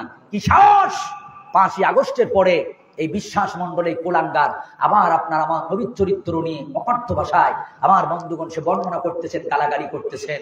পুলিশ প্রশাসনের সামনের থেকে, বিজিবির সামনের থেকে তৌহিদি জনতা তাকে টেনে হিসড়ে তার বাবা মায়ের সামনে এমন বাটান দিয়েছে, আমরা রাত্রিবেলা শুনলাম যে জাহান্নামে চলে গেছে। বলুন সুবহানাল্লাহ। কিন্তু সকালবেলা শুনলাম যে না, ও এখনো বেঁচে আছে। আমি বললাম আলহামদুলিল্লাহ, আল্লাহ ওরে বাঁচাই রেখেছে, ভালো। কেন? ও মরে গেলেই তো মরে যেত, কিন্তু অন্তত ওর থেকে যেন অনেকেই শিক্ষা নেয়। যার কখনো মুসলমানের কলিজার নবী, মুসলমানের জানের নবী মুহাম্মদ সাল্লাল্লাহু আলাইহি ওয়াসাল্লামের ইজ্জত নিয়ে যে কথা বলে, পরবর্তীতে তার অবস্থা এর চেয়ে ভয়ঙ্কর হবে। ঠিক কিনা বলেন? আমার বন্ধুগণ, ফিরআউন যখন লোহিত সাগরে হাবুডুবু খাচ্ছিল, আপনাদের কষ্ট হয়? শেষ করে দেব। শেষ করবো না, আরেকটু বলবো, আরেকটু বলি। ফিরাউন যখন লোহিত সাগরে হাবুডুবু খাচ্ছে, তাফসীরের কিতাবের ভিতরে আসছে একটা মজার কথা, তাফসীরের ভিতরে আসছে জিবরাইল আলাইহিস সালাতু ওয়াস সালাম এসে বললেন, ইয়া রাসূলুল্লাহ, ইয়া হাবিবাল্লাহ, ফিরাউন যখন বলতেছিল আমানতু আন্নাহু লা ইলাহা ইল্লাল্লাহ আমানাত বিহি বনু ইসরাঈল ওয়া আনা মিনাল মুসলিমিন, যখন নিজেকে মুসলমান বলতেছিল, আল্লাহকে এরকম ভাবে স্মরণ করতেছিল, তওবা করতেছিল, আমি জিবরাইল নাইল কাদা নিয়ে ফিরাউনের গালের ভিতরে দূরে ওর মুখটা চেপে ধরলাম। সুবহানাল্লাহ বলবেন। তাফসীরের কিতাবের ভিতরে আছে। নবীজি বললেন, জিবরাইল রে, লোহিত সাগরের মাঝখানে ফিরাউনের গালে নাইল কাদা ঢোকাই দেওয়ার কি দরকার? ও তো আল্লাহকে ডাকতেছিল, তওবা করতেছিল। জিবরাইল বলে, হুজুর, ও যে এত বড় বাটপার, সারা জীবন মানুষের পরে জুলুম করেছে, মুসা নবীর পরে অত্যাচার নির্যাতন করেছে, আর ও বিপদে পড়ে যখন তওবা করতেছে, কালেমা পড়তেছে, আমার ভয় হচ্ছিল আল্লাহ ওরে মাফ করে দেয় কিনা, এই জন্য আমি জিবরাইল ওর গালের মধ্যে নাইল কাদা দিয়ে মুখটা চেপে রাখলাম। সুবহানাল্লাহ। জিবরাইল কয়, আমার ভয় হচ্ছিল আল্লাহ পাক ওকে মাফ করে কিনা। আল্লাহ কি মাফ করেছিল? আল্লাহ রাব্বুল আলামিন বলেছিলেন, ফালাউ মানুনাজ্জিকা বিবাদানিকা লিতাকুনা লিমান খালফাকা আয়া।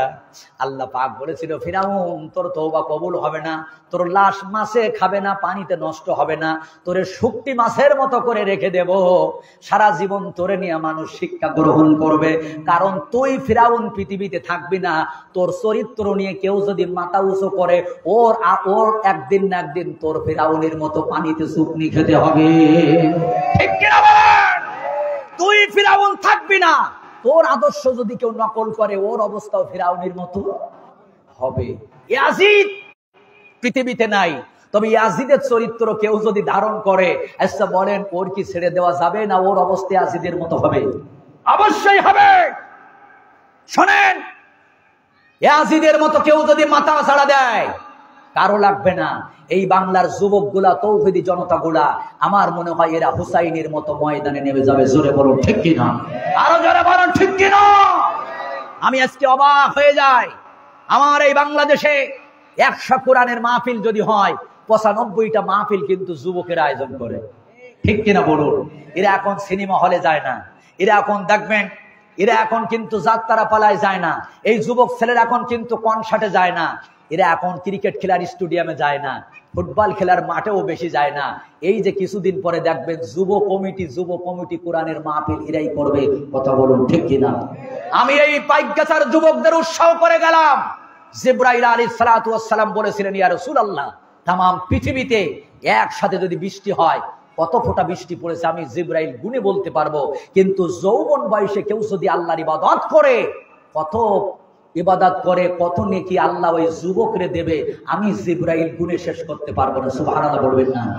সুতরাং যেভাবে বাংলার এই যুবকগুলা কোরআনের দায়িত্ব হাতে নিয়েছে, যেভাবে আন্দোলন করে স্বৈরাচারকে বিদায় করেছে, আমার কেমন জনে মনে হচ্ছে আগামীর ভবিষ্যৎ হতে পারে আগামীর পৃথিবী কোরআনের পৃথিবী, হতে পারে আগামীর বাংলাদেশ কোরআনের বাংলাদেশ, হতে পারে আগামীর বাংলাদেশ আলেম ওলামার বাংলাদেশ। এই যুবকদের নেতৃত্বে ওই তাফসীর মাহফিল সংসদে শুরু হবে। কথা বলেন ঠিক? লিল্লাহে তাকবীর, লিল্লাহে তাকবীর।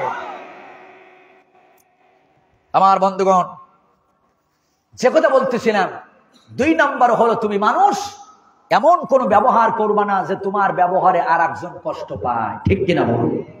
তবে আমাদের সমাজে কিছু মানুষকে কষ্ট দিয়েছে। আপনারা সবাই বলেন, যার সন্তান আছে, ইন্তেকালের সময় যখন হয়ে যায়, আপনারা দেখবেন একটা গিলাস নিয়ে বা বাটি পানি নিয়ে বসে যায়, এলাকার মুরব্বী গুলা ডেকে বলে, বাবা রে, তোর বাবার মনে হয় বাঁচবে না, জীবনের মতো 1 চামচ পানি তোর বাবার গালে তুই নিজে হাতে দে। কথা বলেন ঠিক কিনা? মুরব্বীরা বলে, মা বোনেরা বলে, বৌমা, শ্বশুর মনে হয় বাঁচবে না, 1 চামচ পানি তোমার শ্বশুরের শেষ বেলায় গালেতে দাও। কিংবদন্তি আল্লামা বিশ্ববরেণ্য কোরআনের পাখি আল্লামা সাইদিকে বলা হলো, সাইদি মনে আজকে চলে যাবে। ওনার ছেলে শামীম সাইদি বলে, 3 ঘন্টা বাইরে দাঁড়িয়ে থেকে আমি অনুরোধ করলাম, আমার বাবার কাছে একটু যাইতে দেন, আমার যাইতে দেয় না। উনি বলেন, এক অফিসারের পাও জড়া ধরলাম, স্যার, শেষ বেলায় আমার বাবার গালে 1 চামচ পানি আমার দিতে দেন। আমার মুসলমান ভাইয়েরা, কি জুলুম, কি নির্যাতন! কি আমার ভাইজান অত্যাচার। সন্তান বারবার বলেছে এক চামচ পানি আমার বাবার গালে দিতে দেয়। মানুষ কত বড় খারাপ হয়, মানুষ কত বড় নিষ্ঠুর হয়। বিদায়ের বেলায় মরণের সময় একজন সন্তান একজন আত্মীয় স্বজনকে আল্লামা সাইদির পাশে ওরা যাইতে দেয় না। এদের জন্য মায়া কান্না আপনার কেমনে আসে? লা ইয়ারহামুল্লাহু মান লা ইয়ারহামুন নাস। যারা মানুষের পরে দয়া করে না, আল্লাহর রহমত থেকে তারা বঞ্চিত। জোরে বলুন কথা ঠিক কিনা? শোনেন, একটি কথা আমার মনে পড়ে গেল। আল্লাহ রাসূলের আপন চাচা আমির হামজা, যখন হযরতে আমির হামজাকে শহীদ করা হলো, ওয়াসি আমির হামজাকে হত্যা করলেন। আবু জেহেলের স্ত্রী হিন্দা তার কলিজাটা বের করে দাঁত দিয়ে চাবাচ্ছে। বিশ্বনবী সহ্য করতে পারলেন না। নবীজি চোখের পানি ছেড়ে দিয়া দিয়া কাঁদতেছেন। আল্লাহ নবীর চাচা জানাজা একবার দুইবার পড়তে পড়তে 70 বার জানাজা পড়েছেন। জোরে বলেন কতবার? কথা বলা লাগবে। চাচা আমির হামজার জানাজা 70 বার পড়ে ফেলেছেন। নবীজির কলিজা ঠান্ডা হয় না। নবীজি বলে কান্দে ছোট বাচ্চাদের মতন। জিবরাইল আলাইহিস সালাতু ওয়াস সালাম এসে বলে, ইয়া রাসূলুল্লাহ, ইয়া হাবিবাল্লাহ, আর আপনি কাঁদবেন না, চাচার জন্য আপনি এত দুঃখ করবেন না। হুজুর, আমি জিবরাইল আল্লাহর পক্ষ থেকে আরশের গায়ে আমার আঙ্গুল দিয়া লিখে দিয়েছি আসাদুল্লাহি ওয়া আসাদুর রাসূলি। একবার জোরে বলা যাবে কি মারহাবা? 70 বার জানাজা পড়েছেন। আমার বাংলাদেশে অনেক বড় বড় আলেম, মাওলানা, মুফতি, মুহাদ্দিস, অনেক পীর সাহেব এই বাংলাদেশ থেকে চলে গেছে। আপনি প্রমাণ দিতে পারবেন তাদের জানাজা কতবার হয়েছে? হয়তো 10 বার, হয়তো 15 বার, নয় 20 বার। এর বেশি আপনি পাবেন না। শুধুমাত্র একজন কিংবদন্তি আল্লামা কোরআনের পাখি দেলাওয়ার হোসাইন সাইদি সকাল 10টা থেকে নিয়ে শুরু করে রাত 12টা পর্যন্ত একের পরে এক শত শত জানাজা তার জন্য মানুষ পড়েছে। জোরে বলুন মারহাবা। শোনেন, মানুষ দুই কারণে স্মরণীয় হয়। একটা হলো কুখ্যাতর কারণে, আর একটা হলো বিখ্যাতর কারণে। ঠিক কিনা বলুন? ফিরাউন, নমরুদ, হামান এরা কিন্তু স্মরণীয়। কিন্তু আমি যদি বলি চাচা 1 লাখ টাকা দেবো, ছেলের নামটা ফিরাউন রাখেন, আপনি কি রাখবেন? আমি যদি 1 বিঘা জমি দেবো, আপনার ছেলের নামটা আবু জেহেল থাক, আপনি কি রাখবেন? আপনি বলবেন না, আবু জেহেলের নাম, ফিরাউনের নাম স্মরণ করি, ওটা কিন্তু মহব্বতে স্মরণ করি না, ঘৃণার সাথে। কথা বলেন ঠিক কিনা? আজকে যারা এখান থেকে 5 বছর আগে ফুলের মালা গলায় দিতে বলতো, আমার নেতা চরিত্র ফুলের মতো পবিত্র, তোমার ভাই আমার ভাই, অমুক ভাই তুমুক ভাই, কোথায় তোমার সেই ভাই? আমার ভাই যেন ওই ভাই মরার পরে ও মাইকিং করে 13 জন লোক আনা যাবে না। কথা কন ঠিক কিনা? কারণ কলিজার থেকে ভালোবাসা না থাকলে কিন্তু জানাজায় হাজির হয় না।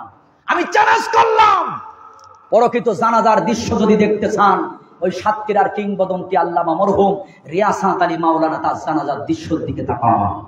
যদি আপনারা জানাজা দেখতে চান, আমাদের খয়রার উপজেলা চেয়ারম্যান সাবেক আহমদ তামিজউদ্দিনের জানাজার দৃশ্য দেখেন। যদি আপনি মনের মানুষ দেখতে চান, আল্লামা জুবাইর আহমদ আনসারী রহমতুল্লাহ আলাইহির জানাজার দৃশ্যের দিকে তাকান। যদি আপনি জানাজা দেখতে চান, আল্লামা শাহ আহমদ শফি রহমতুল্লাহ আলাইহির জানাজার দৃশ্যের দিকে তাকান। যদি আপনি জানাজা দেখতে চান, আল্লামা লুৎফর রহমান জিয়াদির জানাজার দৃশ্যের দিকে একবার তাকান।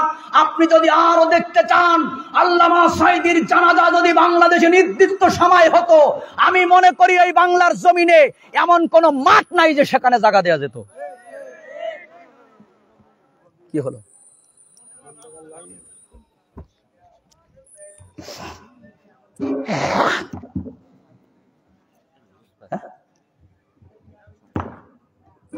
হ্যাঁ, ঠিক আছে। আমার মনে হয় যে আমার বন্ধুগণ, এই মানুষটার জানা যায় আল্লাহু আকবার, কিন্তু এরকম ভাবে মাইকিং করে লোক আনা হয় না। ঠিক কিনা বলুন? কারণ আমার বাংলাদেশে আজকে যত আলেম আছে, একটু ভাইরাল বক্তার কাছে ফোন দেবেন, হুজুর দাওয়াত দেবে, প্রথম কথা হবে টাকা লাগবে 80,000। কত হাজার?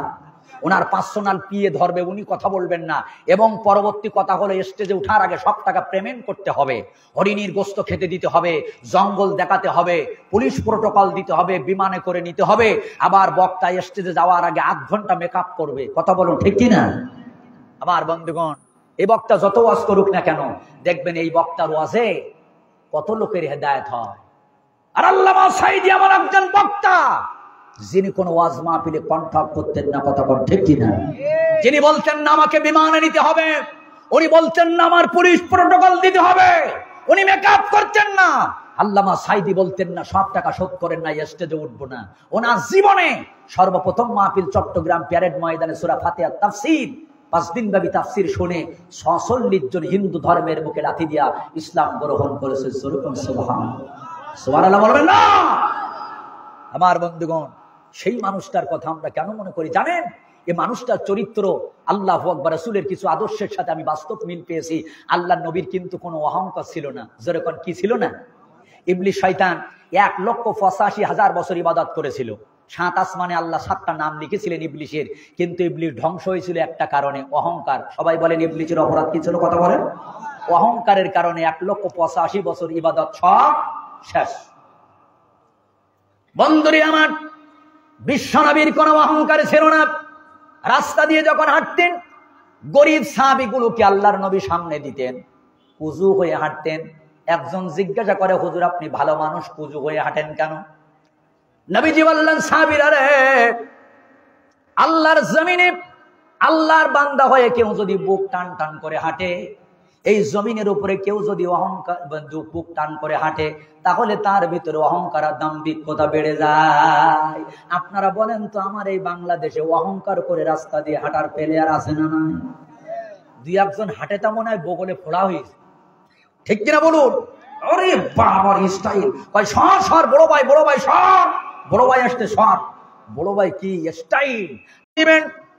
কামালউদ্দিন জাফরি বলেন, আল্লামা সাইদির সাথে বিদেশের রাত যখন গভীর হলো, রাত গভীর হওয়ার পরে আমি ঘুম থেকে সজাগ হয়ে দেখলাম বিশ্ববরেণ্য কোরআনের পাখি আল্লামা সাইদি একজন আলেম, এত ভালো একজন মানুষ, আমার ওই ময়লা জুতা 2 কান হাতে নিয়ে ওনার সুন্দর জামা দিয়ে ডুলে ডুলে পরিষ্কার করতেছি।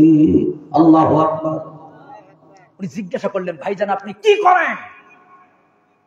আমার ময়লা জুতা আপনার পাঞ্জাবি দিয়া পরিষ্কার করতেছেন কেন? আল্লামা সাইদি বলেছিলেন, ভাইরে, আলেম ওলামাদের খেদমত করলে আমার আল্লাহ খুশি হন, একটু খেদমত করতে দেন। সেই মানুষটা চোখের পানি, আয়না ঘরের চোখের পানি, হাজারো মাসলুমের চোখের পানি, আমার আল্লাহ কিন্তু ধরে ধরে ধরে না, ধরলে কিন্তু ছাড়ে না। আল্লাহ ধরে, আল্লাহ ছাড় দেয়, কিন্তু একেবারে ছাড় দেয় না। কথা বলুন ঠিক কিনা? এখান থেকে কয়েক বছর আগে আমার ওয়াজ যারা শুনেছেন, আমার ওয়াজের ভিতরে আমি একটা সঙ্গীত বলেছিলাম, ক্ষমতার অপব্যবহার যারা করেছে, সবাই ছাড়িলে আমার মাওলা ধরেছে, ঠিক কিনা বলুন? নমরুদ ফিরাউন হামান এদের মাত্তি লাগায়নি কামান, নমরুদ ফিরাউন হামান এদের মাত্তি লাগায়নি কামান, অনেকের নীল দড়িয়াই সুপাই মাইরাছে, সবাই ছাড়িলে আমার মাওলা ধরেছে। জোরে বলুন ঠিক কিনা? নমরুদের ছিল কত আশা, ঢুকলো নাকে প্যারালাইসিস মশা, একটা ভালো মশাও দেয় নেই। নমরুদের ছিল কত আশা, ঢুকলো নাকে প্যারালাইসিস মশা, জুতোর বাড়ি খাইয়া লাস্টে দেশ ছাইড়াছে, এ কারণে দুপুরের ভাত না খাইয়া আপা পালাইছে। আমার বন্ধুগণ, একটি কথা মনে রাখবেন, কষ্ট হয় কারো? ভাইরা আমার, নবীজির চরিত্র নিয়ে বলতেছিলাম। বিশ্বনবী মক্কা ছেড়ে যখন মদিনাতে চলে যাবেন, মদিনাতে যাওয়ার আগে আল্লাহর নবী ডাক দিলেন, আমার জামাই আলী কই? সবাই বলেন তো কাকে ডাকলেন? নবীজি বললেন, আমার জামাতা আলী কই? আলী বলে, ইয়া রাসূলুল্লাহ, ইয়া হাবিবাল্লাহ, আল্লাহর নবী কিছু সোনা, কিছু টাকা পয়সা, অর্থ সম্পদ হযরতে আলীর কাছে দিলেন। হযরতে আলী অবাক, ইয়া রাসূলুল্লাহ, ইয়া হাবিবাল্লাহ, এত টাকা পয়সা, এত সোনা দানা, কি করবো এগুলো কার? নবীজি বললেন, আলী রে, এইগুলো হলো আমানতের টাকা, আমানতের সোনা দানা। এ আলী, এই মক্কার কাফির বেঈমান গুলা আমারে গালাগালি করে, আমার বাবা মা দূরে গালাগালি দেয়, আমারে সহ্য করতে পারে না, কিন্তু ওর একটা জিনিস মানে আমি আল আমিন, বিশ্বাসী, আমানতদার, আমার কাছ থেকে কোনোদিন আমানতের খেয়ানত হয় না। আলী রে, এই জন্য ওদের টাকা পয়সা গুলা, সোনা দানা গুলা ডাকাত হবে এই ভয়ে, চুরি হয় এই ভয়ে, আমি গরিব আব্দুল্লাহর বেটা মোহাম্মদ আমার কাছে রেখে যাই। একবার জোরে বলা যাবে কি মারহাবা? আলী, আমি মদিনাতে চলে যাওয়ার পরে এইগুলা তুমি যার যার আমানত তার কাছে ফিরাই দিও। যার আমানত তার কাছে ফিরাই দিবা, কারণ আমানতের খেয়ানত করলে কিয়ামতের ময়দানে আল্লাহর আদালতে দাঁড়াইতে হবে। জোরে বলুন কথা ঠিক কিনা? আর আজকে আমাদের সমাজে একজনের ট্যাঙ্কি আর একজনের বাড়ি ৮,০০০ টাকায় চলে যায়। আপনাদের এলাকায় নেই? একজনের বিধবা ভাতার টাকা আর একজনে খায়, একজনের বয়স্ক ভাতার টাকা আর একজনে খায়। আমার বন্ধুরা, মসজিদি মাদ্রাসার বাজেট, একজন কয় হুজুর বাথরুমের বাজেটও খাইছে। বাথরুমের বাজেট কিসের বাজেট পড়েন? বাথরুমের বাজেটও ছাড় দেয় নাই, মসজিদ মাদ্রাসার বাজেটও খাইছে। খাইতে খাইতে এমন খাওয়া খাইছে নিজের ভুড়ি আর নিজে হাতে পায় না, আর একজনের চুল খাই দেওয়া লাগে। ঠিক কিনা বলো? এরা হলো দেশের লাগি মহামারীর মতন ফাইলে কলম ঠাকাইয়া যারা করে নির্যাতন। এরা হলো দেশের লাগি মহামারীর মতন ফাইলে কলম ঠাকাইয়া যারা করে নির্যাতন। আবার ঘুষের টাকায় এদের ভুড়ি পরে যে টন টন, ওরে সুদের টাকায় এদের ভুড়ি পরে যে টন টন। ওগুলো শিক্ষিত শয়তান, ওরা শিক্ষিত শয়তান। জোরে বলুন ঠিক কিনা? এজন্য মরহুম আইনুদ্দিন আজাদ বলেছেন, চোখটা বুঝে মুখটি বুঝে থাকবি কত কাল, দেশটা মদের খাইছে শুষে ওই সগুনির পাল। ঠিক কিনা বলেন? চোখটি বুঝে মুখটি বুঝে থাকবি কত কাল, দেশটা মদের খাইলো শুষে ওই সগুনির পাল। তাই তো মদের দেশটা আজি রক্তে লালে লাল, তাই তো মদের দেশটা আজি রক্তে লালে লাল। চোখটি বুঝে মুখটি বুঝে থাকবি কত কাল, দেশটা মদের খাইলো শুষে ওই সগুনের পান। জোরে জোরে কোন কথা ঠিক কিনা? বন্ধুরারি আমার, এই জন্য বলতেছিলাম কাফুল আযা, মনে রাখবেন 2 নাম্বার, এমন কোন কাজ করবা না তোমার জন্য মানুষ কষ্ট পায়, এমন কোন আচরণ করবো না একজন মাজলুমের চোখের পানি ছেড়ে দেয়, এমন কোন কাজ তুমি করবা না জনম দুঃখিনী মা চোখের পানি ছেড়ে কান্দে। যদি করো, আমার আল্লাহ মাজলুমের চোখের পানি কিন্তু সহ্য করতে পারে না। ঠিক কিনা? ভাইজান রে আমার, 3 নাম্বার আদর্শ হলো, সময় তাড়াতাড়ি চলে যায়। 3 নাম্বার আদর্শটা মনে রাখবেন, বাজলুল মারুফ। 3 নাম্বার আদর্শ হলো, সমাজের যত ভালো ভালো কাজ আছে, সমাজের যত উন্নয়নমূলক কাজ আছে, তুমি যদি নবীজির আদর্শ গ্রহণ করতে চাও, তাহলে সমাজের সব অবৈধ কাজ তুমি বিরোধিতা করে সমাজের ভালো কাজের সাথে তোমার নেতৃত্ব দিতে হবে এবং ভালো কাজের সাথে তোমার মিশে থাকতে হবে। এটাই হলো বিশ্ব নবীর আদর্শ। জোরে বলুন ঠিক কিনা? কি আদর্শ আমরা গ্রহণ করেছি? সামনের কাতারে নামাজ পড়ে, নামাজ পড়তে পড়তে কপালে দাগ হয়ে গেছে, হাতে আবার তসবি থাকে, মাথায় টুপি আছে, সব ভালো। বাড়ি গিয়ে দেখবেন ওর বাপ ভ্যান চালায়, মা লোকের বাড়ি কাজ করে। এরকম আল্লাহর ওলি আছে না? সব ভালো, কিন্তু বাপ মার সাথে ভালো ব্যবহার করে না।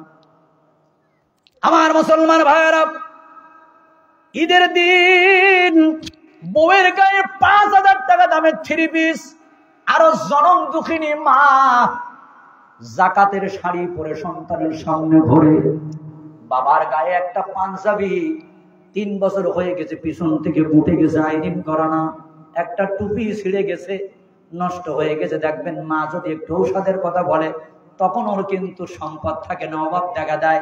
আর বউ, শ্বশুর শাশুড়ি, আত্মীয় স্বজন, শ্বশুর বাড়ির আত্মীয় স্বজন যখন আসে, তখন কিন্তু পোল্ট্রি না, গরুর গোস্ত আর অন্যান্য যা আছে সব ব্যবস্থা করে। অথচ আর মা বাবা যদি খাইতে চায়, 2-1 সন্তান বলে, বুড়ো বয়সে তো খাবো খাবো করো কেন? কথা বলেন ঠিক কিনা? ও তুই জিন্দা থাকতে 1 মুঠো ভাত, ও তুই জিন্দা থাকতে 1 মুঠো ভাত দাও না মা বাবার মুখে, মরলে খাওয়াও পাড়ার লোক ডেকে। ওরে মানুষ, মরলে খাওয়াও পাড়ার লোক ডেকে। জিন্দা থাকতে খাইতে দেয় না, বরং মরার পরে পাড়ার লোক ডেকে 5,000 লোকের তেহেরি খেতে দেয়। এরকম সন্তান আছে না? মাসে মাসে অনেক টাকা তুমি ব্যাংকে রাখো জমা, বাড়ি বাড়ি ভিক্ষা করে তোমার বাবা মা। মাসে মাসে অনেক টাকা তুমি ব্যাংকে রাখো জমা, বাড়ি বাড়ি ভিক্ষা করে তোমার বাবা মা। অতর বউয়ের হাতে সোনার বালা, অতর বউয়ের হাতে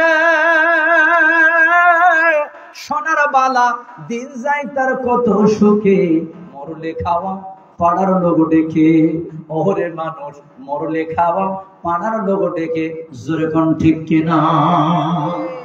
বিশ্বনবীর এই সিরাত মাহফিলে আমার বন্ধুগণ, আজকে যারা আপনার নবীর আদর্শ, যারা নবীর চরিত্র, এগুলা নিজেদের বাস্তব জীবনে আমরা ফিট করতে চাই। শোনেন, আমি কখন বলবো আল্লাহর নবীর ওঠা বসা, খাওয়া দাওয়া, ঘর সংসার, রাষ্ট্রীয় সমাজ, পার্লামেন্ট, রান্নাঘর থেকে নিয়ে সংসদ ভবন পর্যন্ত আল্লাহর নবীর চরিত্র হলো মহান চরিত্র।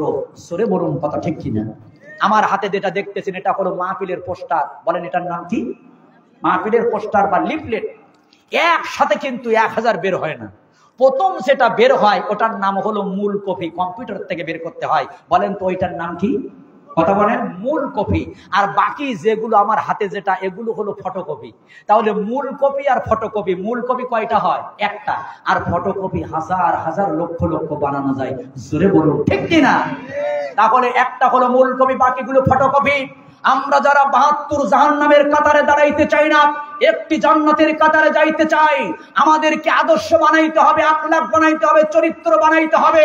বিশ্ব নবী হবে মূল কপি, আমরা হব আল্লাহর নবীর ফটোকপি। ঠিক কি? নবী হবে মূল কপি, আমরা হব কি?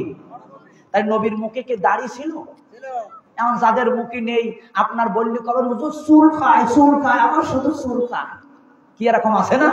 আবার 2-1 জন বলে হুজুর আমি দাড়ি রাখতে চাই, আমার মিসেস আমাকে দাড়ি রাখতে দেয় না। কথা বলেন না কেন? ওর বউ দাড়ি রাখলো, গায় দামড়া বেটা, আগে দাড়ি কেটে আসবা, তা না হলে আজকের ঘরে তোমার জায়গা নেই। আজকে যে সমস্ত মহিলাগুলা আমার ওয়াজ শুনতেছেন, আমি তাকে বলে গেলাম, যে মহিলা স্বামীর দাড়ি পছন্দ করে না, যে মহিলা স্বামীর মাথায় টুপি পাঞ্জাবি পছন্দ করে না, এ হলো সম্পূর্ণ আবু জেহেলের বংশধর। ও খোঁজ নিয়ে দেখবেন, ওর মাও কোনোদিন ওর বাবার মুখে দাড়ি রাখতে দেয়নি। আরো খোঁজ নেবেন, ওর নানিও কোনোদিন নানার মুখে দাড়ি রাখতে দেয়নি, সেই জাতের সব। কিন্তু প্রকৃত মুসলমান মায়ের সন্তান যে মহিলা, পাও জড়াই ধরবে স্বামীকে, যার দাড়িতে খুর লাগাবেন না, রাসূলের ইজ্জতে খুর দেবেন না, রাসূলের কলিজায় খুর দেবেন না, তুমি দাড়ি রাখো। আমাদের তো দাড়ি রাখলে চুলকায় না, তোমার চুলকায় কেন? কারণ তোমার এলাচ দিতে ধরেছে। কথা কোন ঠিক কিনা? মনে যদি পছন্দের গন্ধ কিরে পাওয়া যায়, চোখে তারে যায় না দেখা, মলম দিবি কোন জায়গায়? যার এলার্জির দোষ, ও কিন্তু ইলিশ মাছ পছন্দ করে না, ঠিক কিনা বলেন? যার এলার্জির দোষ আছে, ও কিন্তু বেগুন পছন্দ করে না, ও শয়তানের বড় বড় গোপ, ও কিন্তু ওই পক্ষের লোক। কোরআন হাদিস ভালো লাগে না, ওর খালি বাজারের দিকে যাও, ঠিক কিনা বলেন? আমার বন্ধুগণ, এই জন্য আমি বলবো, যদি আল্লাহর নবীর সেই চরিত্র আমাদের ধারণ করতে হয়, নবী হবে মূল কপি, আমরা হব, কথা বলেন। কিন্তু আমাদের সমাজে কেউ মেসিরে বানাইছে মূল কপি, আর ও হলো মেসির ফটোকপি। মেসির মতো পামা দেখবেন এক গেঞ্জি গায়ে, মেসি যেরকম করে চুল কাটে, ও সেই রকম করে চুল কাটে। কথা বলেন ঠিক কিনা? আবার কেউ আছে নেইমারের মূল কপি, ও হলো নেইমারের ফটোকপি। নেইমারের গায়ে যেমন গেঞ্জি, ওর গায়ে সেই গেঞ্জি। নেইমারের চুলের ছাট যেমন, ওর চুলের ছাট তেমন। যদি আর্জেন্টিনা হেরে যায়, ওর ভাত বন্ধ হয়ে যায়। ব্রাজিল হেরে গেলে ও তেঁতুল গাছে গলায় দড়ি দিতে যায়। কথা বলেন ঠিক কিনা? বাপ মা মরে গেলে জীবনে কোনোদিন ছাগল গরু জবাই করে না, আর দলের জন্য রাত 1টার সময় গরু জবাই করে তেহরি পাকায় আসে না। তাহলে মেসির পিছনেও 10, ওর পিছনেও 10, নেইমারের পিছনেও 10, এ ভক্তর পিছনেও 10। আল্লাহ পাক জাহান্নামে ফেলাই এইগুলোর আগে মান তাশাব্বা বিকওমিন ফাহুয়া মিনহুম।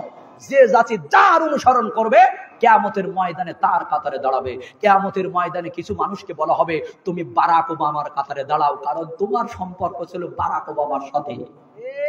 কিয়ামতের ময়দানে কিছু মুসলমানকে বলা হবে, নরেন্দ্র মোদীর কাতারে যাও। বলবে কেন? কয় এত মুসলমান রাষ্ট্র থাকতে কোন জায়গায় তোমার ভালোবাসা হয়, ওই জায়গায় এত ঘন ঘন কেন তোমার যাওয়া লাগে? এজন্য ওই জায়গায় মহব্বত বেশি, ওর কাতারে তোমার দাঁড়াই থাকা লাগবে। আর কোন মানুষকে বলা হবে ডোনাল্ড ট্রাম্পের কাতারে দাঁড়াও, কোন মানুষকে বলা হবে ফিরাউন আবু জেহেলের কাতারে দাঁড়াও, আর কিছু মানুষকে বলা হবে আল্লাহর নবী এবং তার সাহাবায়ে কিরামদের কাতারে দাঁড়াও, আর ডাইরেক্ট আল্লাহর জান্নাতে চলে যাও। জোরে বলুন ঠিক কিনা? কেমন করে ঘুমাও তুমি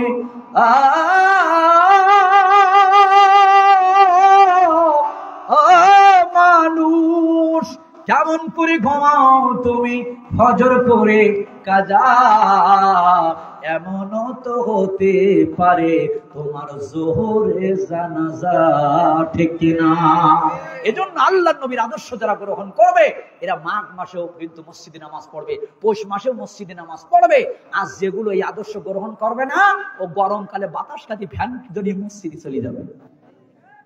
মুসলিম হয় না জন্ম নিলে মুসলমানের ঘরে, কাফির মুমিন তো পাঠটা হয় নামাজেরই পরে, মানুষ নামাজেরই পরে। মুসলিম হয় না জন্ম নিলে মুসলমানের ঘরে, কাফির মুমিন তো পাঠটা হয় সালাতের পরে। তোমার জীবন চলে গেলেও নামাজ, ও তোমার জীবন চলে গেলেও নামাজ হয় না যেন কাজা। এমনও তো হতে পারে তোমার জোহরে জানাজা, এমনও তো হতে পারে তোমার জোহরে জানাজা, ঠিক কিনা? কষ্ট হয় কারণ? বন্ধুরি আমার, শেষ বেলায় শেষের দিকে এসে গেলাম। অবাস্তুল ওয়াজহি, মানে কাফুল আযা। আর 3 নম্বর হলো বাজলুল মারুফ, সমাজের ভালো ভালো কাজগুলোর সাথে তোমার সম্পর্ক রাখতে হবে। আজকের এই কোরআনের মাহফিল, যে মাদ্রাসার যে স্কুলের উন্নয়নের জন্য আমার ভাইজান এখানে সিরাত মাহফিল, উন্নয়ন টাকা পয়সা না আমার বন্ধুগণ, আজকে এই যে প্রি ক্যাডেট আমার ভাইজান, এই স্কুলটা এটা হলো সমাজের একটা ভালো কাজ। এখানে আমার ভাইজান চরিত্র ভালো করা হয়, এখানে আখলাক ওয়ালা সন্তান বানানো হয়, এখানে সন্তানদের দিলে পারে লেখাপড়া যারা শিখে আমার ভাইরা আমার বন্ধুরা, আল্লাহু আকবার। একটি কথা মনে রাখবেন, একটি কথা খুব খেয়াল করে মনে রাখবেন, কারণ সন্তান আমাদের হতে পারে, মানুষের বাচ্চা হতে পারে, কিন্তু বিশ্বাস করেন এর চরিত্র যদি ভালো না হয়, এর আখলাক যদি ভালো না হয়, এর কিন্তু কখনো প্রকৃত মানুষ বলা যায় না, ঠিক কিনা বলো?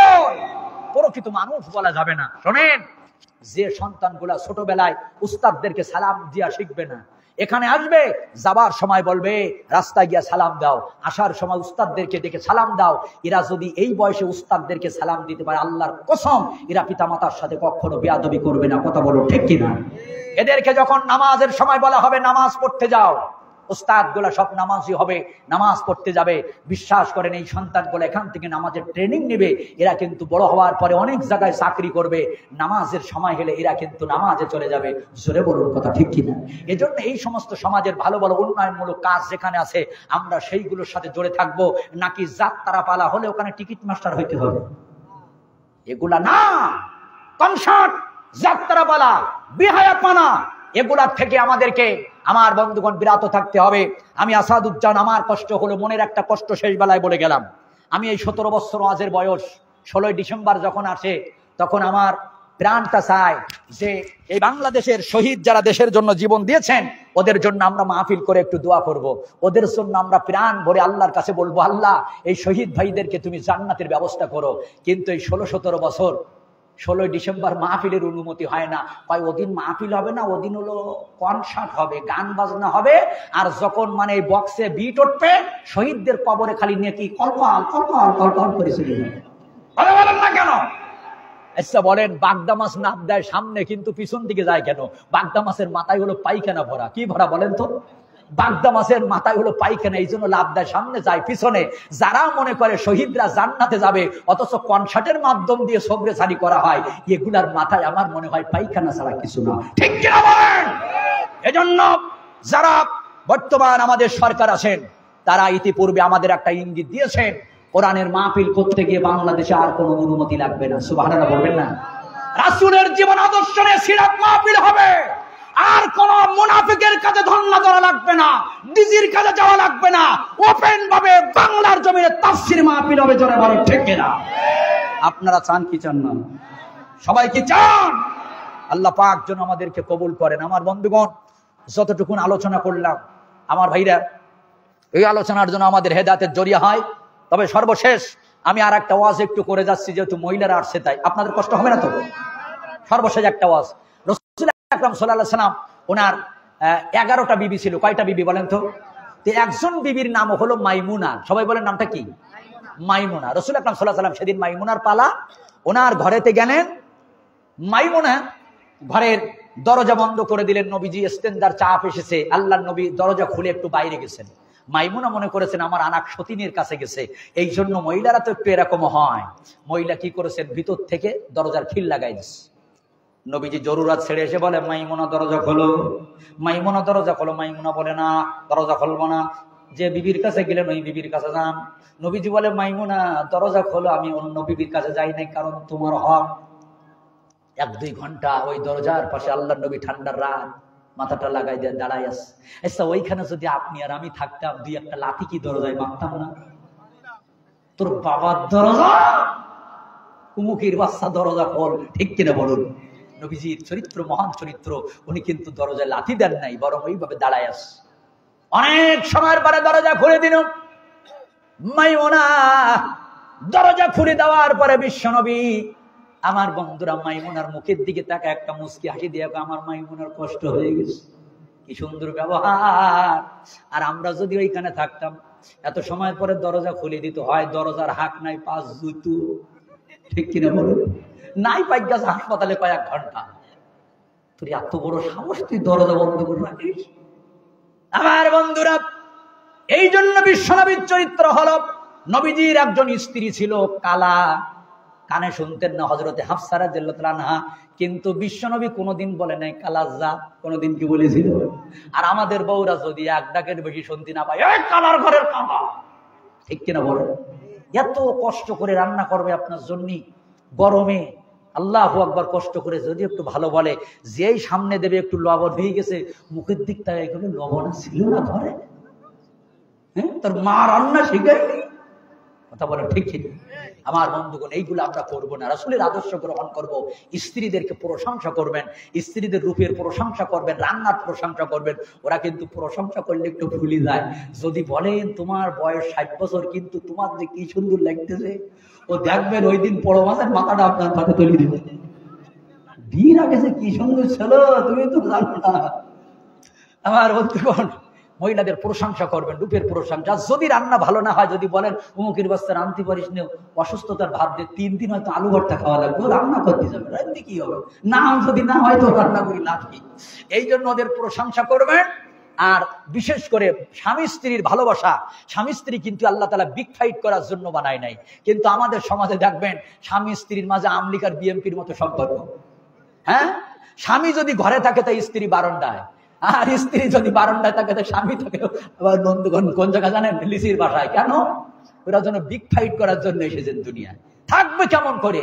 আমরা স্বামী, আমরা যে খুব ভালো তো না, গোপাল বিড়ি, পাতার বিড়ি, ইন্তাজ বিড়ি খাইতে খাইতে 2-1 জনের মানে শরীর পাটা ছাগল বন্ধ হয়ে গেছে, ঠিক কিনা বলেন? যেই বাড়ি ঢোকে স্ত্রী নাকে সরো, ঠিক কিনা বন্ধুরা রে আমার? তাহলে স্বামীকে আপনার বিড়ি মুক্ত হতে হবে, গাঁজা মুক্ত হতে হবে। আর মহিলাদের কিন্তু হাতিমার কাপ গুল, আপনাদের এলাকার মহিলারা ভালো, এই গুল মুক্ত হইতে হবে। এই জন্য এই গাঁজা, এই বিড়ি, এই নেশা, এ জাতীয় যদি, আমার বন্ধুগণ, যেহেতু আজকের আমার সাবজেক্ট এটা না, সবাই যদি কোনোদিন হয় সেদিন বলবো ইনশাআল্লাহ। এই জন্য আসুন এই সিরাতুন নবী সাল্লাল্লাহু আলাইহি ওয়াসাল্লাম মাহফিলে আমরা ওঠা বসা, চলাফেরা, খাওয়া দাওয়া, ঘর সংসার, রাষ্ট্রীয় সমাজ, পার্লামেন্ট, সব জায়গাতে মা আতাকুমুর রাসূলু ওয়া মা নাহাকুম আনহু ফান্তাহু, আল্লাহর নবী যেটা আদেশ করেছেন আমরা এইটা মেনে নেব, এবং নবীজি যেটা নিষেধ করেছেন আমরা এইটা থেকে বিরত থাকবো। আল্লাহ রাসূল সাল্লাল্লাহু আলাইহি ওয়াসাল্লাম সন্তুষ্ট হবেন, আল্লাহ পাকও সন্তুষ্ট হবেন। আজকের এই মাহফিল আমাদের সকলের হেদায়েতের জরিয়া হোক, সকলে বলুন আমিন।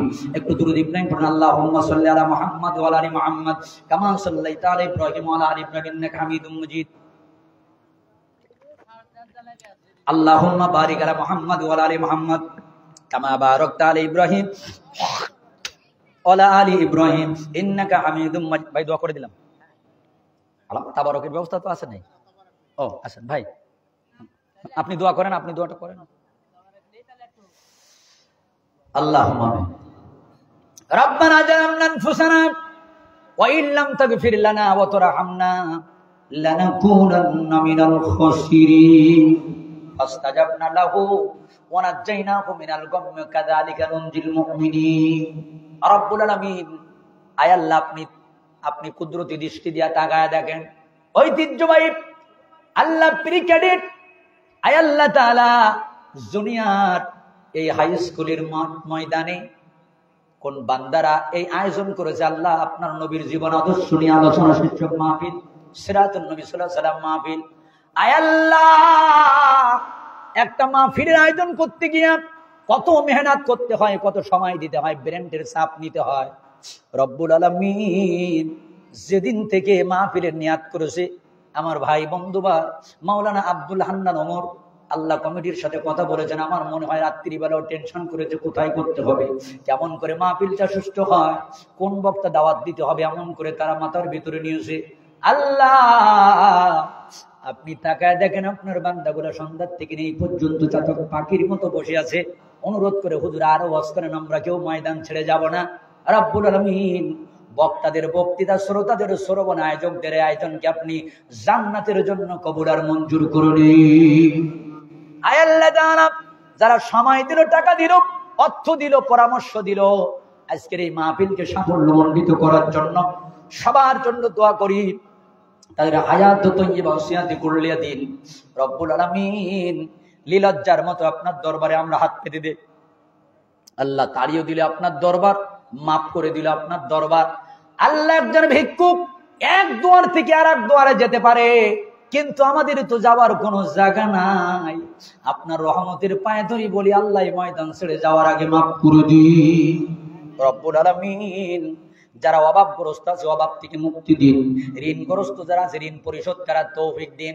আয় আল্লাহ যারা এই বাগ্যাচার ব্যবসাদার ভাই যারা আছে ব্যবসার ভিতরে বরকত দিন, চাকরিজীবী যারা আছেন আল্লাহ তার চাকরির ভিতরে ইজ্জত আর সম্মান আল্লাহ আপনি আরো বাড়ায় দিন। বিশেষ করে আল্লাহ মাহফিলের কমিটির সভাপতিকে আপনি কবুল করে নেন। আল্লাহ এই স্কুলের শিক্ষক যারা আছেন, শিক্ষিকা আছেন আল্লাহ প্রত্যেকের আপনি কবুল করেন।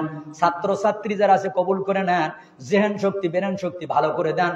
প্রত্যেকটা পিতা মাতার মনোবাঞ্ছাকে আল্লাহ আপনি পূর্ণ করে দিন।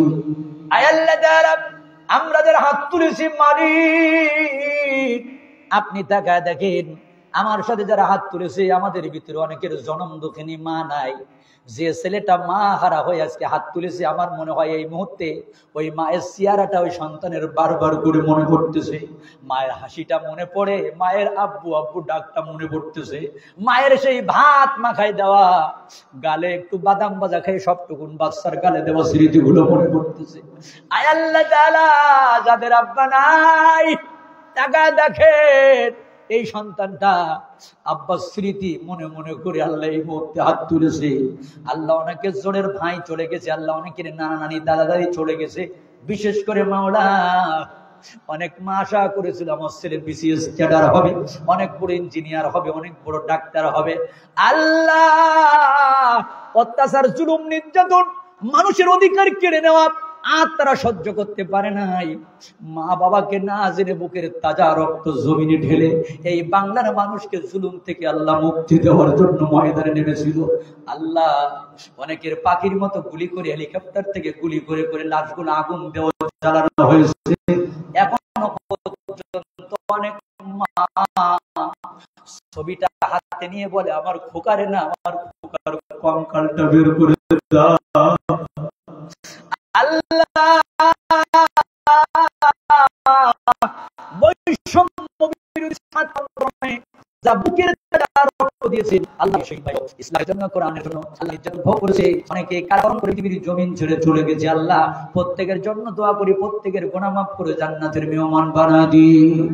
বিশেষ করে আল্লাহ বাংলার জমিনে ওয়াজ মাহফিল, সিরাত মাহফিল, ইসলামের সওয়াব মাহফিল হতো। এক কিংবদন্তি আল্লামা আমাদেরকে তাফসীর শোনার সুযোগ করে দিয়েছিল। আল্লাহ আয় আল্লাহ যখন শুনতো আল্লামা সাইদি খুলনায় আসতেছে, তলোয়ার ভাড়া করে বাস ভাড়া করে লক্ষ লক্ষ মানুষ ওই ময়দানের চাতক পাখির মতো বসে থাকতে ছুটে যেত। আল্লাহ সেই মানুষটা আজকে পৃথিবীতে নাই। তিনি সহ অসংখ্য আলেম ওলামা যারা চলে গেছেন আল্লাহ তাদের গুনাহ মাফ করে জান্নাতের মেহমান বানিয়ে দিন। মিথ্যা মামলা নিয়ে যারা ঘুরতেছে আল্লাহ তাদেরকে আপনি মিথ্যা মামলার থেকে মুক্তি দিন। রব্বুল আলামিন দল করার কারণে আমলিক করেছে, এই জন্য আমরা তাদের পরে খুশি। আল্লাহ আমরা তাদের পরে খুশি যে মানুষের উপর অত্যাচার করে নাই, জুলুম করে নাই, নির্যাতন করে নাই। মানুষের সাথে ভালো ব্যবহার করেছে, মানুষের অধিকার আদায় করে দিয়েছে, আল্লাহ তাদের জন্য প্রাণ ভরে আমরা দোয়া করি, আল্লাহ তারাও যেন আল্লাহ জুড়ে মিলে ইসলামের পথে আসতে পারে। সকলে যে যে দল করুক না কেন, এক কাতারে নামাজ পড়তে পারি, ইমান নিয়ে কবরে যেতে পারে। কিন্তু ক্ষমতা পাইয়া মানুষের উপর অত্যাচার জুলুম নির্যাতন করেছে, অন্যায়ভাবে মানুষ মেরেছে, মানুষকে খুন গুম করেছে। আল্লাহ এদের কি শাস্তি দিলে আপনি খুশি হবেন? আপনার হাবিব খুশি হবে, জনগণ খুশি হবে। প্রকাশ্য এমন শাস্তি আল্লাহ আপনি তাদের জন্য বাজেট করে দিন। রব্বুল আলামিন ফিলিস্তিনের জমিনে মুসলিমদের বিজয় দিন, গোটা বিশ্বের বুকে আল্লাহ মুসলমানদের আপনি বিজয় দিন। আল্লাহ বাইতুল মুকাদ্দাসটা মুসলমানদের কাছে আপনি ফিরায় দিন। আল্লাহ আমরা যারা আজকে আলোচনা শুনলাম, ভাই আব্দুল্লাহ নমর সহ উলামায়ে কিরাম যারা কথা বলেছেন, তাদের প্রত্যেকের এই কথা আমরা যেন বাস্তব জীবনে আমল করতে পারি। আমার কথাগুলো সর্বপ্রথম আমি এবং শ্রোতা মণ্ডলী সবাই যেন বাস্তব জীবনে আমল করতে পারি। স্বামী স্ত্রীর ভিতরে মিল মহব্বত বাড়ায় দেন, মহিলাদের পর্দা রক্ষা করে চলতে পারে, আল্লাহ তাদের এই হাদায়াত দেন। আল্লাহ একজন আর একজনের হক জন আদায় করে দিতে পারে। যুবক ভাইদের ভিতরে মিল মহব্বত বাড়াই দিন, ওদের জেহেন শক্তি বেরেন শক্তি ভালো করে দিন। যারা চাকরি চায় চাকরির ব্যবস্থা করে দিন, যারা লেখাপড়া শিখতেছে আল্লাহ গন্তব্যস্থান পর্যন্ত যেতে পারে তৌফিক দিন। পরিশেষে জানাই, এই স্কুলের যারা আল্লাহ শিক্ষক আছেন, আল্লাহ কমিটি আছেন, সবার জন্য দোয়া করে এই স্কুলটাকে আপনি কিয়ামত পর্যন্ত এসে আরো সুন্দরভাবে কবুল আর মঞ্জুর করে নিন। যাদের বাড়ির ভাত খেয়ে আল্লাহ মিয়াসাদুজ্জামান মৌখারি বাড়ি আমার আল্লাহ চাচা এখানে এসে দোয়া চেয়েছে, আল্লাহ তার জন্য দোয়া করি। রব্বুল আলামিন সরকারি চাকরি থেকে রিটায়ার্ড হয়েছে, আল্লাহ তাআলা তার আব্বা আম্মা সহ তার আত্মীয়স্বজন যারা চলে গেছে তাদের জীবনের গুনাহগুলো মাফ করে দিন। আমার সফর সঙ্গী ভাই হাবিবুল্লাহ আব্দুল মুমিন সহ আল্লাহ স্টেজের পরে যারা আছেন, মুখ চেনেন, আমরা যেন অনেক মহব্বতের ভাইরা আছেন, সবার জন্য দোয়া করি। আল্লাহ সকলকে কবুল আর মঞ্জুর করে মাহফিল নাজাতের জন্য কবুল করে। সুবহান রাব্বিকা রাব্বিল ইজ্জাতি আম্মা ইয়াসিফুন ওয়া সালামুন আলাল মুরসালিন ওয়ালহামদুলিল্লাহি রাব্বিল আলামিন। বাকি লা ইলাহা ইল্লাল্লাহু মুহাম্মাদুর রাসূলুল্লাহ। আসসালামু আলাইকুম ওয়া রাহমাতুল্লাহ।